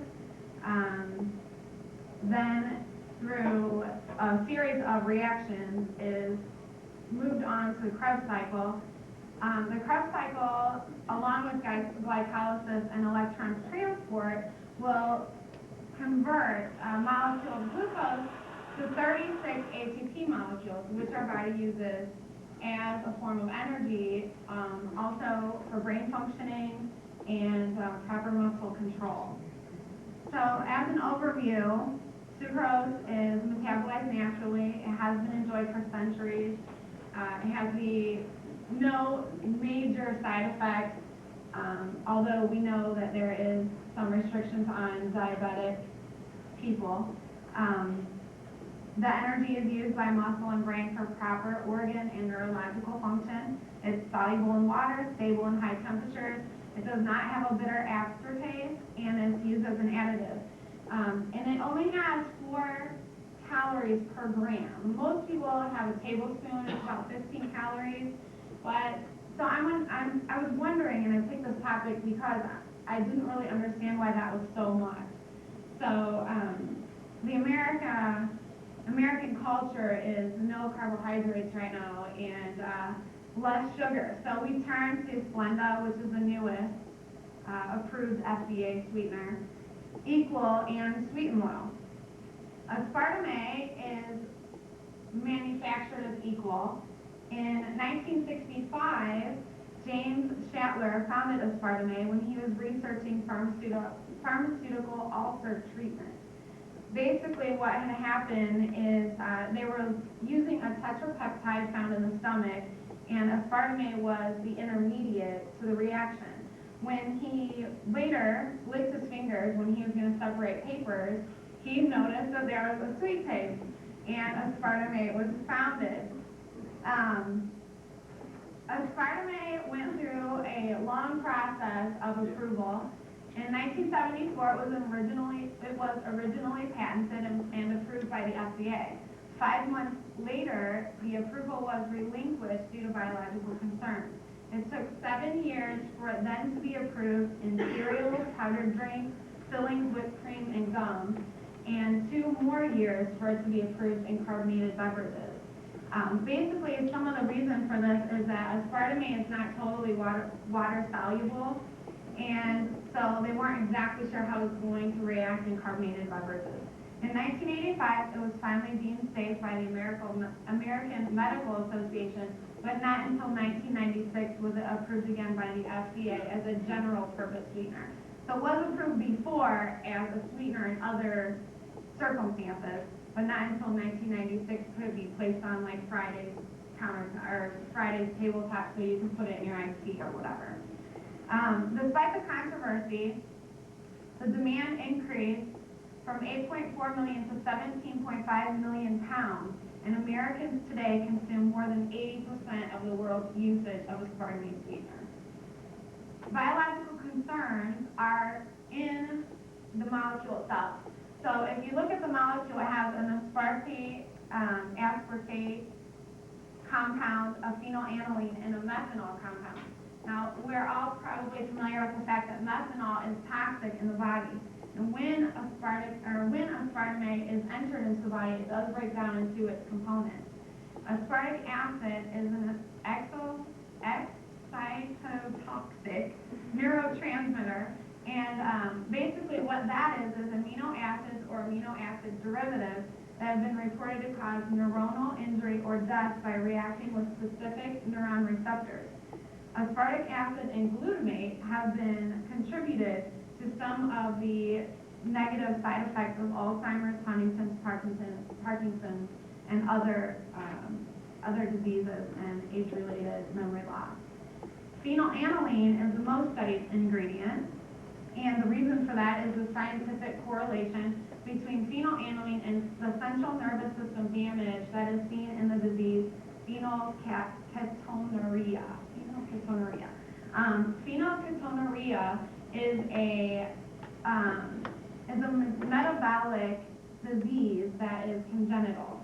So basically, if you have phenylketonuria, you're unable to process properly phenylalanine. Congenital studies were done because there was a concern on whether a pregnant mother could pass this phenylalanine to their fetus, thereby increasing the chances that the fetus would acquire this disease, being that the disease is congenital. The studies indicated that phenylalanine does permeate the placenta and does expose the fetus at a rate of concentration 1.5 times higher than the concentration to the mother. So there is a concern there. The correlation and not proof of the exposure is being the cause of the disease, along with the congenital nature of the disease, meaning that a man may not be affected the same way, or a woman who's not pregnant may not be affected the same way, allows the sweetener to maintain its approval. Methanol, as we know, is toxic and enters the body and is readily absorbed in the small intestine. It is slowly oxidized, which causes more detrimental effects, and it oxidizes into formaldehyde, which we probably know is the chemical that is an organ preservant. So this isn't something you necessarily want in your body. It is EPA listed as toxic and carcinogenic. Formaldehyde is highly reactive. It bonds with nucleic acids and proteins in the body. Ingestion causes inflammation, coagulation, necrosis, or ulcers in the gastrointestinal tract, as well as degenerative effects on the liver, kidneys, heart, and brain. The body naturally metabolizes 10 milligrams of methanol per day from other sources, natural sources. The body is exposed to about 55 milligrams of methanol per liter of aspartame sweetened beverage. So if you're drinking an aspartame sweetened beverage, you are ingesting 55 milligrams of methanol per liter. Aspartame in the FDA. The FDA overlooks currently exposure to aspartic acid, phenylalanine, and methanol when it's due to aspartame sweetener. The reason for this is that they're saying the potency of the sweetener yields a decreased quantity of exposure. So because the sweetener is so much sweeter than sucrose, you're going to use less, and that means the effects on your body will not be as noticeable or detrimental. I don't necessarily know about that, but detriment not necessarily shows up immediately. The exposure either does not produce detectable biological change, or the change is not indicative of toxic level exposure. So this is what the FDA states their reasoning is behind maintaining the approval for aspartame sweetener. Aspartame is about 180 to 200 times sweeter than sucrose. Saccharin is the oldest sweetener. It's been around since 1878. The molecule is right here in the center, and it is manufactured as sweet milk. The synthesis, I guess I should say the newest synthesis, I guess. The beginning synthesis was much more dramatic. This is the easiest and latest synthesis of saccharin, and as we've seen, it goes with the diazomium ion, so we're familiar with that. Saccharin was created and in 1965, which maybe you might not. In 1965, the pharmaceutical chemist James Schattler started with a tetrapeptide found in the stomach. Oh, that was nothing. Here, I'm thinking, okay, let me pass, and if it's not on the next one, I'll go ahead and say it. Biological concerns with saccharin are that it's not metabolized in the system. So basically what that means is better than aspartame, it's not going to cause those types of effects. And there's no buildup in body tissues. It has been found to be released in urine. The problem is that it goes through the process in the body as a toxin, so there is some liver strain. The liver is a vital organ for cleansing the body of toxins, impurities, and debris. If toxins reach a level higher than the liver is designed to handle, then it does have strain. The strain can decrease efficiency to a level below normal, and this is kind of correlated to a treadmill. If the treadmill is going way too fast for you, you're going to fall or be wiped away by it. So the liver kind of works in the same way. If there's so many toxins in your body, and I'm sure saccharin is not the only one that's entering, it does go below a normal efficiency rate. The body is not cleansed if this is the case. Chemical processes are below par, glucose production for brain functioning and is decreased, and hormones are not properly metabolized. Saccharin was reviewed for the FDA approval in 1977. It was looked at being relinquished only months after its approval. The lab rats indicate that large quantities of saccharin are carcinogenic. Saccharin Study and Labeling Act was then created by Congress due to the fact that Americans could not let go of their newfound non-caloric sweetener, saccharin.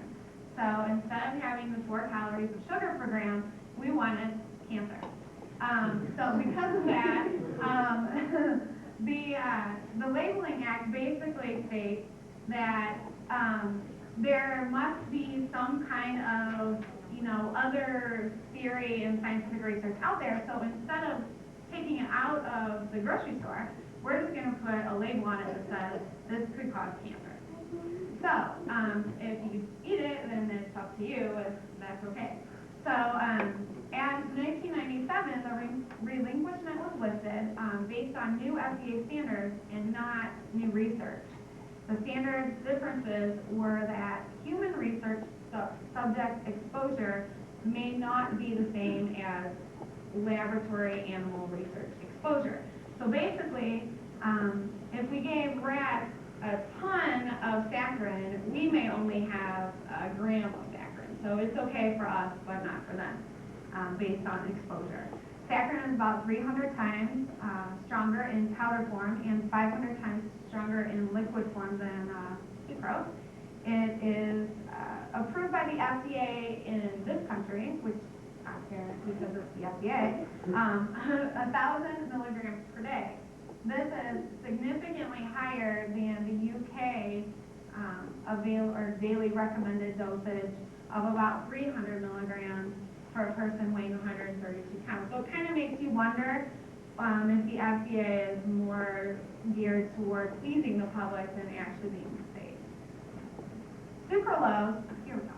Sucralose is the newest approved sweetener by the FDA. It was created in 1978 during the study of sweetness and molecular structure.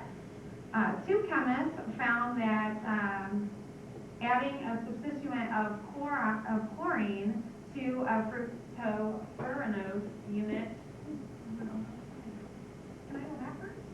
Oh yeah. Increases sweetness intensity.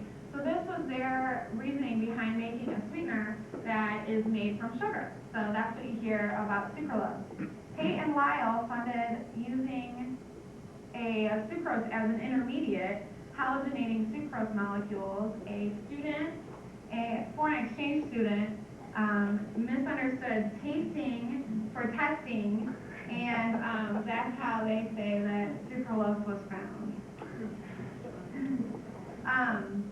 Biological concerns are that it does break down into its respective chlorinated monosaccharides. So as you can see from this molecule, the only differences from sucrose are these chlorine molecules that are on the sucrose molecule. So it does break down into these chlorinated glucose and fructose molecules. We don't have enough long-term scientific research to determine whether those breakdowns are safe or not safe for the body to date.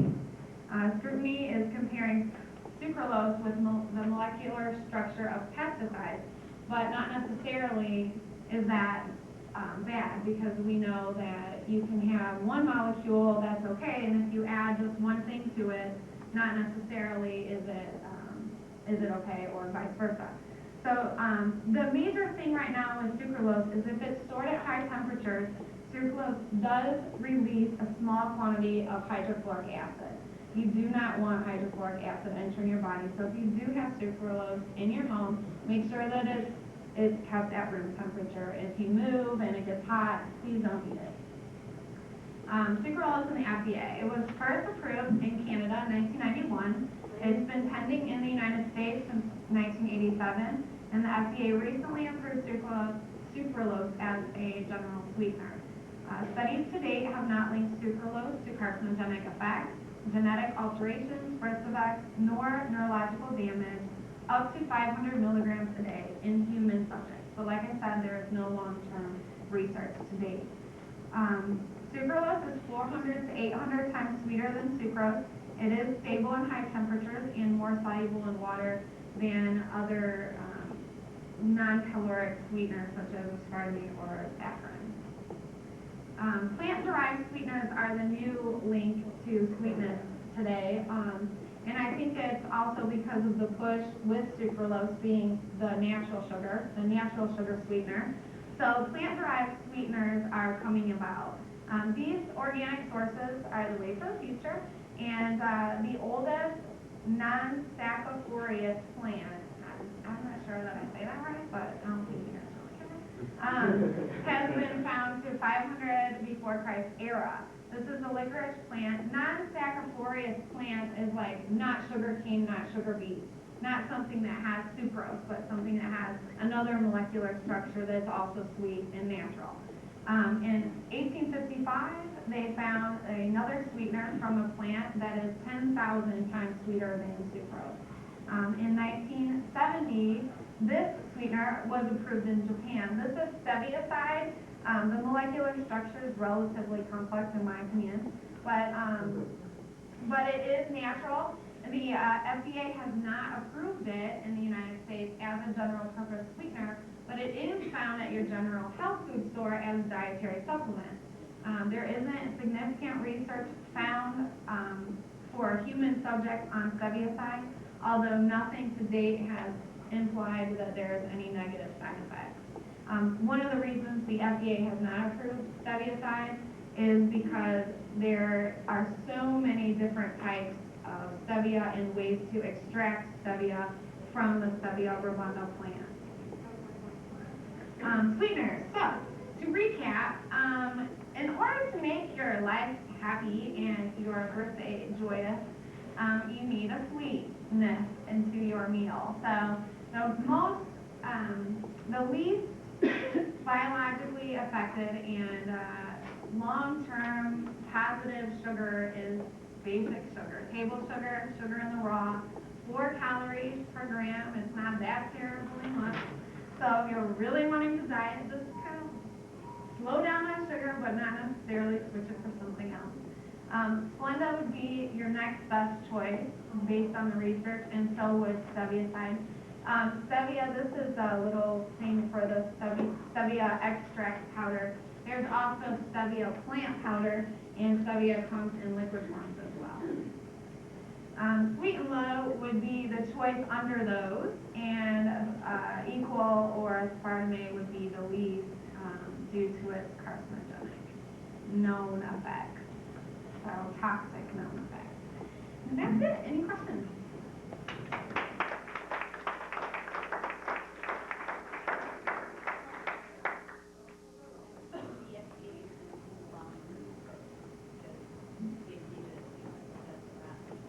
You mean saccharin? Okay. Are they still studies? To my knowledge, there are no new studies for saccharin. I think that once the FDA approves it, it's kind of like, okay, we can market it. Now, unless there's a major scare for the community, they're not going to probably do more research. The original research was done based on its approval. So once it got approved, I think that, and after the rat research, there was an influx of research to try to prove otherwise. It's kind of a money thing, I think, but no one really cares to do more research if it's approved. One thing on the one with the rat was that equivalent 800 cancer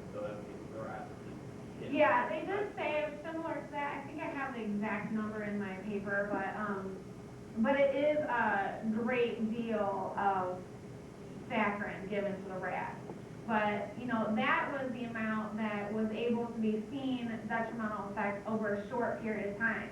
So, you know, I don't know necessarily that it's safer if you consume it in smaller quantities, or that the effects just take longer. You know what I'm saying? That I don't know. Any other questions?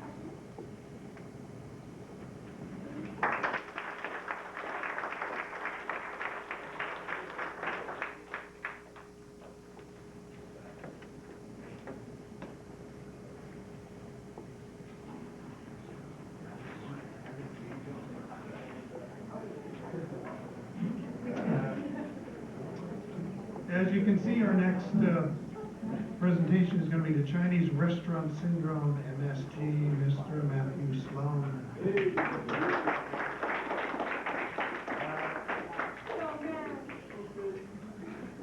Alright, hopefully you're still asleep, so you don't have to pay attention very much.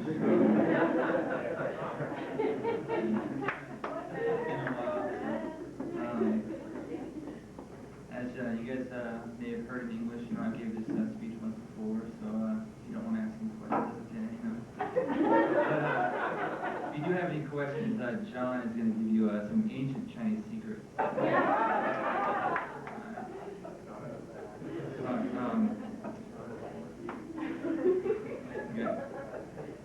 In this report, I investigated some of the roles of MSG in the Chinese restaurant syndrome.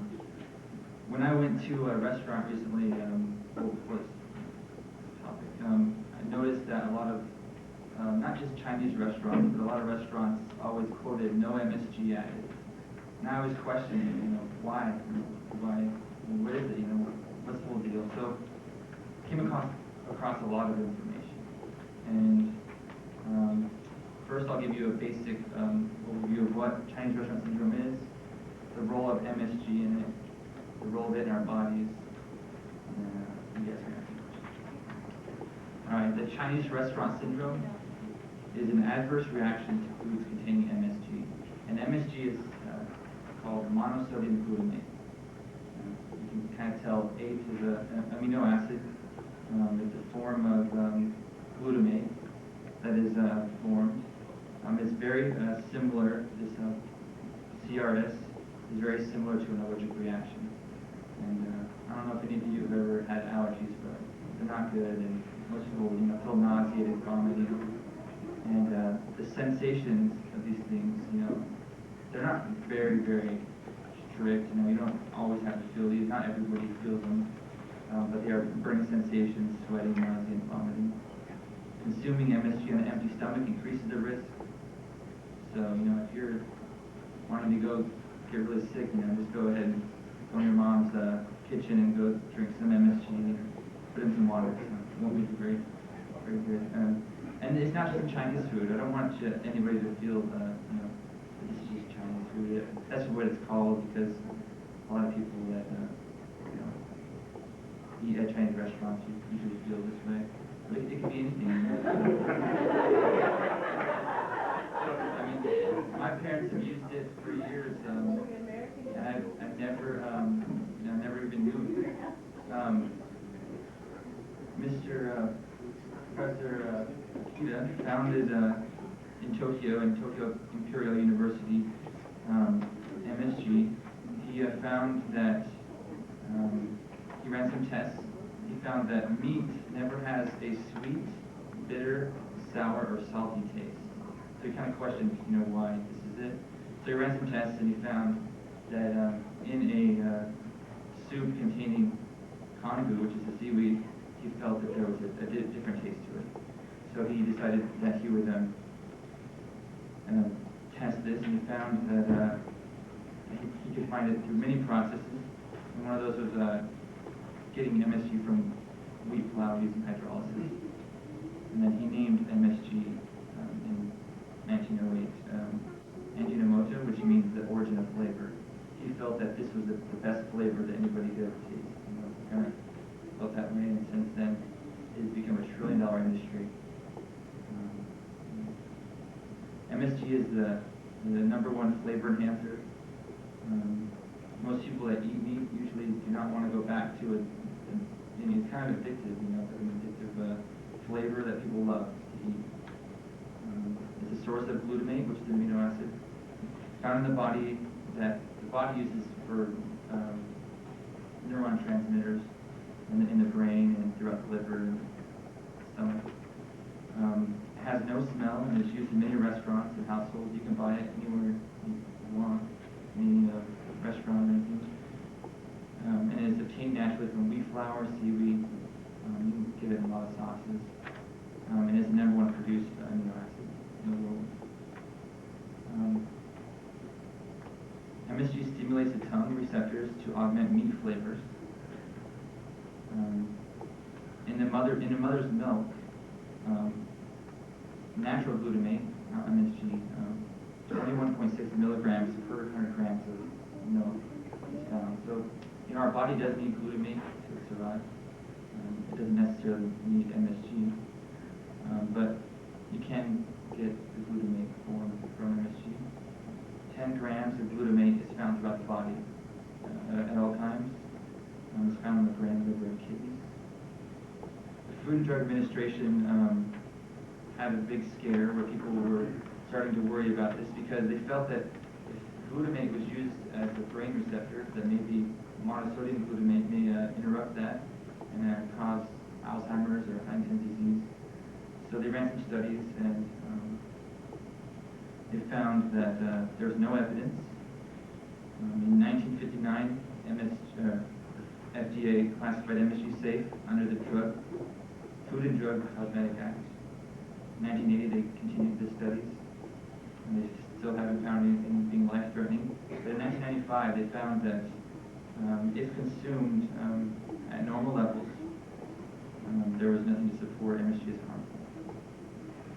Now, there's a lot of things that you can consume at normal levels.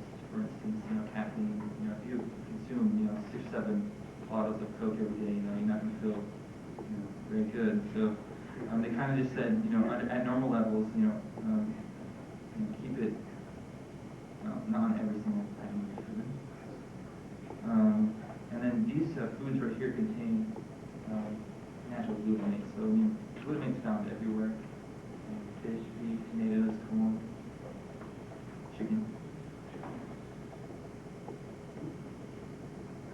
And then many items now that we consume every day include MSG. Some of these are dietary supplements, cosmetics, pharmaceutical drugs, waxes on fruits, you know, pesticides, fertilizers, plant growth enhancers.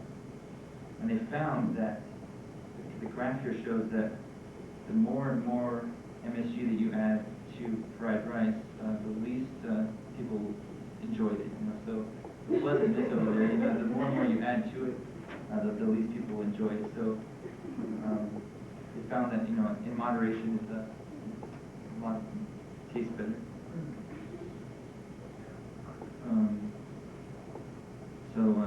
Studies by food processors show that the more MSG added to food, the better it was preferred until you ate too much.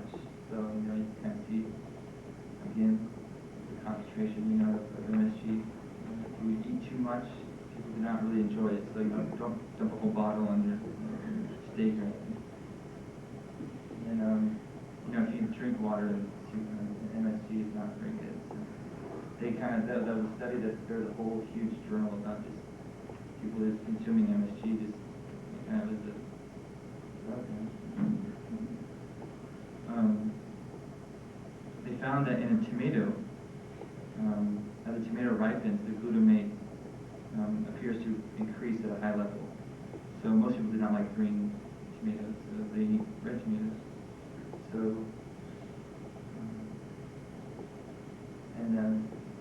there are many natural foods that contain MSG. The body is able to break it down to glutamate and use it as body for nerve impulses. Some of these are mushrooms, sauces, and tomatoes. These foods have a non-processed look to the body and it is easier to break down. So it's kind of saying that glutamate that is natural is better for you than processed foods that, you know, people that produce it for that reason for you to, you know, enjoy it. label requirements by the FDA. These ingredient labels are not required to list MSG as a lone ingredient if it's natural, like cheese, fish, and meat. But if it is unusually put into a classification, if it's processed, it can't be named under seasonings or spices. And I know a lot of people have heard the jingle, once you pop, you cannot stop, you know, Pringles. Pringles is one of the Pringles is one of the main, MSG is one of the main ingredients in Pringles.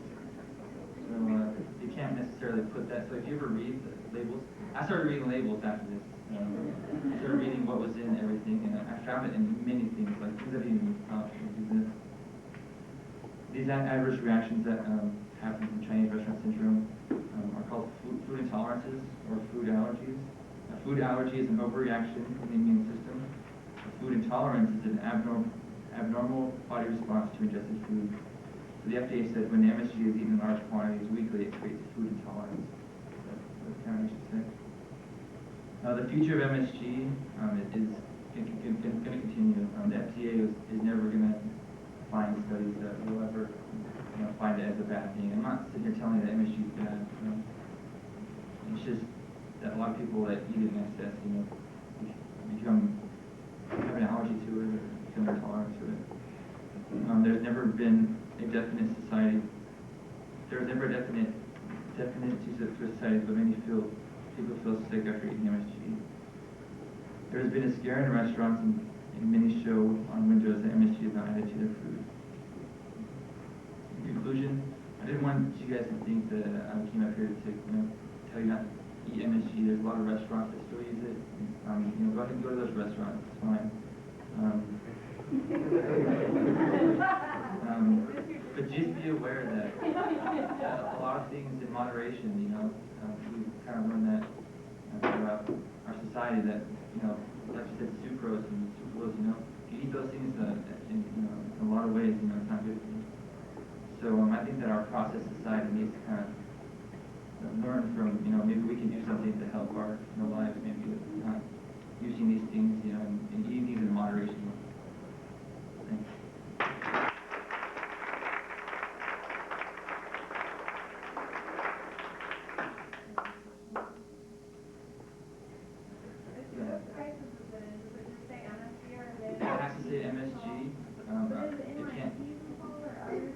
It's actually a powder. It looks just like a white powder that you can buy separately. But it can't be included in just saying seasonings, like it's in the ingredient label. But as long as it's not processed, it's natural. Like people assume that soy sauce has it because it always does. So they don't have to name it as one of the ingredients. So, but if it's processed and put into it purposely for you to enjoy it, then they have to take it. They can't label MSG either. Right. I was wondering about the scare too, because I use it myself. I bought where that's all it is, MSG. So is this just like upset stomach or nausea, or are there any deaths? There have never been a death from market. But I don't think that the FDA really puts a lot of effort into this in terms of just it's a flavor enhancer.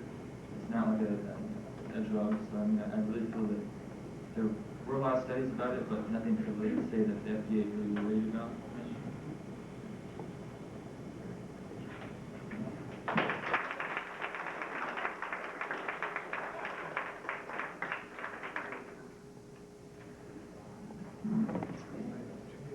Well, last but not least, our last presenter this afternoon will talk to us about silicone and saline breast implants.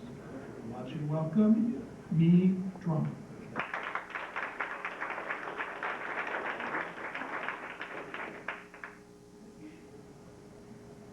Hi, as you guys know that cosmetic surgery, especially breast augmentation, has been extremely popular over the past year, and that kind of makes me curious about the whole subject. So I decided to do my finger on this project, and it's kind of about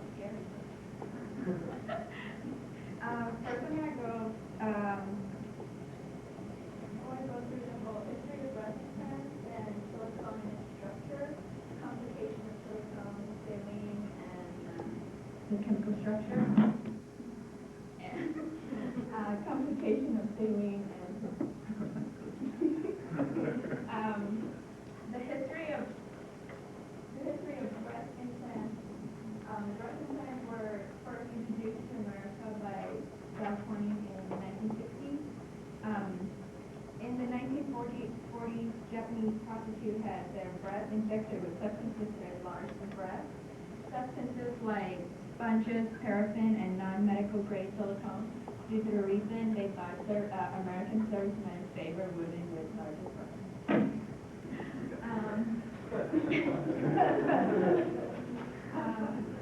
During the same time in America, doctor injected silicone liquids without a shell directly into the body to fill up gaps and take out facial wrinkles and stuff. And that is how they got the idea to use silicone to make breasts fuller. Because it was just liquid, it soon spread out and lost its form in the body. The concept of the shell was first introduced by the manufacturer Doug Corning and Bristol and Myers.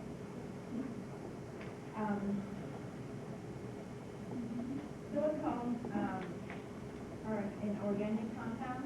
That means there are no carbon on the backbone. The silicone backbone is made up of oxygen and alternating silicone atoms. The name polysilicone came from the structure.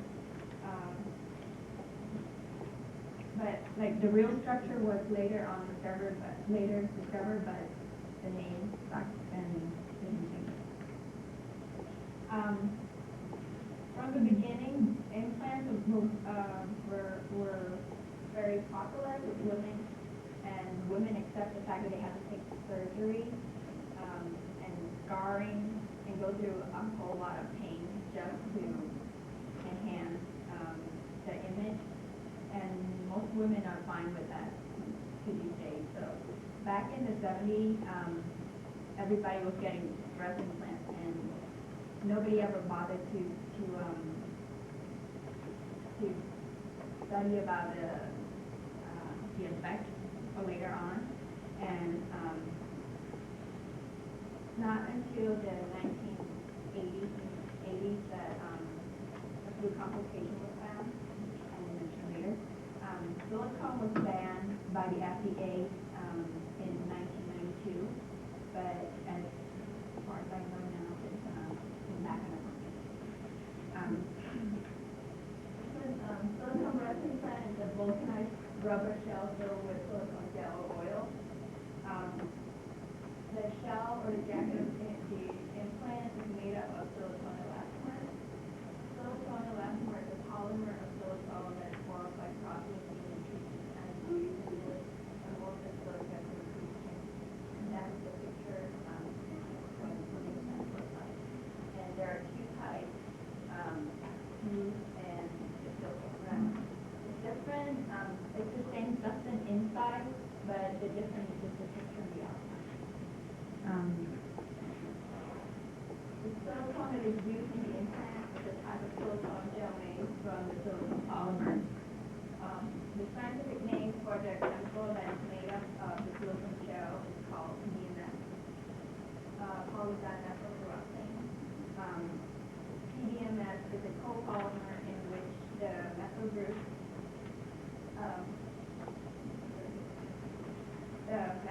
have been entirely replaced by the phenyl group. The physical property of PDMS are governed by the structure, and flexibility are responsible by the methyl group. The copolymer are, as you can see in the structure, are divided into three groups: the diblock, triblock, and star polymer. They are synthesized sequentially, gradually. Dimethyl compound are polymerized by the anion ring opening. Like I say, in the 80s, they started finding problems, complications, and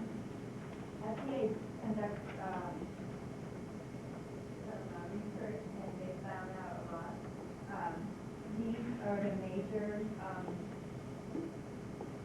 complications, like vascular contracture, that means it occurs when the implant gets hardened. Due to this reason, the tissue squeezes the implant and it tightens the implant. Also, necrosis can happen. That's the formation of the dead tissue around the implant. FDA have well, some people say the implant interfere with lactation, but that's not true. It doesn't have anything to do with lactation. It doesn't interfere. Other complications usually happen at the early stage. The first 3 months of after post-surgery are infection, anesthesia, bleeding, and swelling. Those can be treated with antibiotics. But other major complications like capsular contracture necrosis, the person would have to get the implant surgery, which a lot of people have that.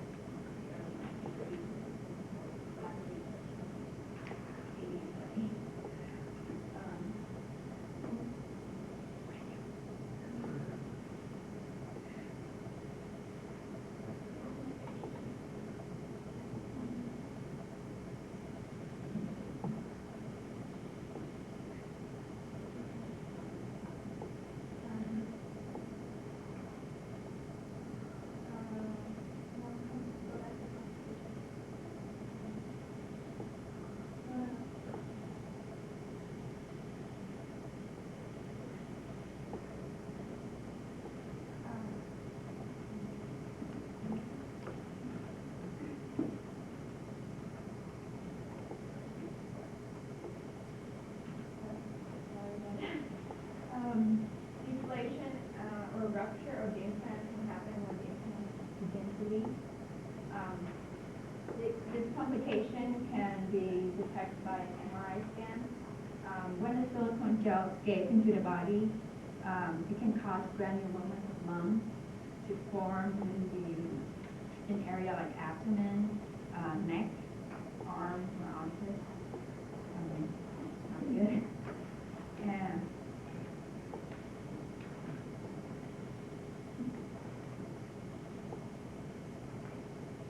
like I mentioned before, in 92, FDA banned silicone and recommended saline as the implant of choice. Although it was available in the 60s, nobody cared about it due to the cosmetic reason. Saline does not look as natural as silicone. The shell of the saline implants are made from the same material as the silicone implants. The liquid inside the shell is a solution that's made of salt and water. The physiological saline solution is made up of 0.09% of NaCl in the water. As you can see, that's in figure 5, that's the structure of saline. The H2O solvates the Na plus and the Cl minus to create the saline solution. And in figure 6, that is what a saline implant looks like.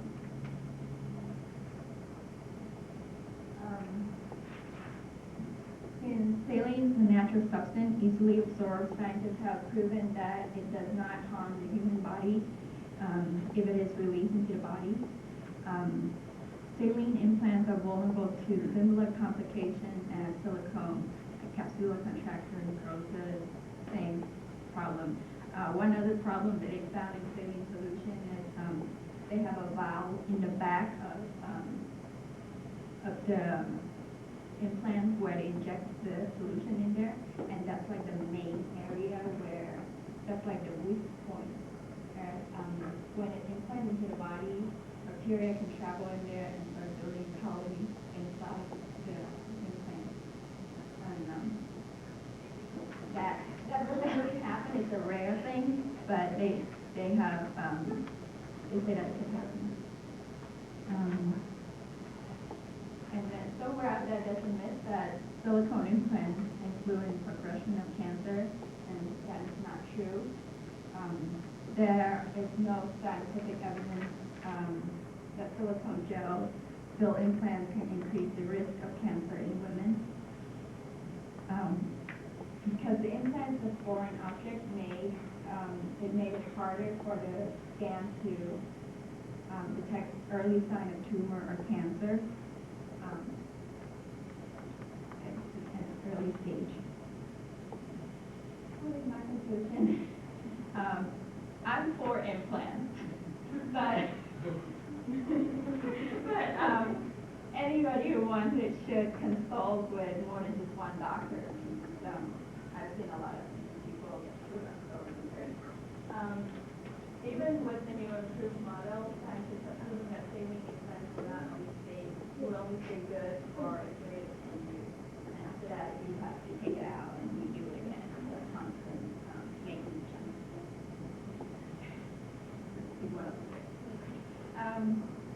Well, I believe that in the future, scientists will be able to improve the MRI scan to detect early signs of cancer. And women, as far as I know, are never going to stop doing that. So I hope they can find a safer way.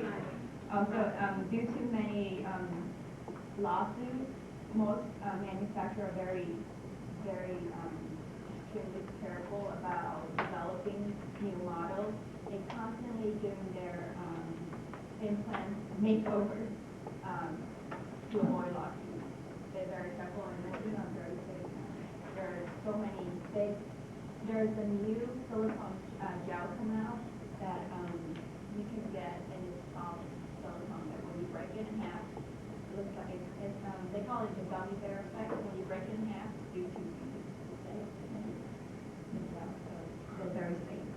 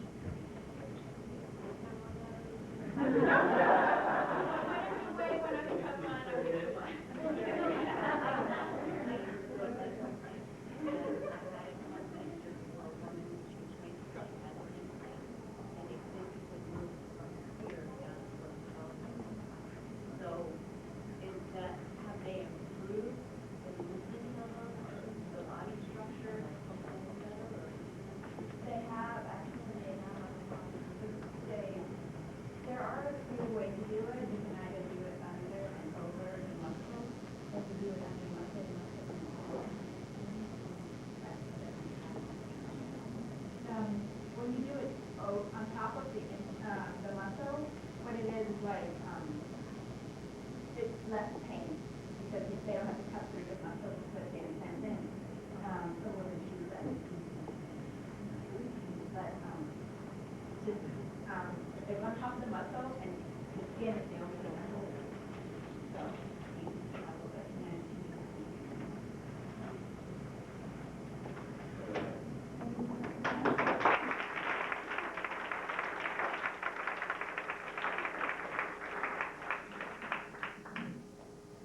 A couple things before we depart. Number one, let's acknowledge all of our speakers again today.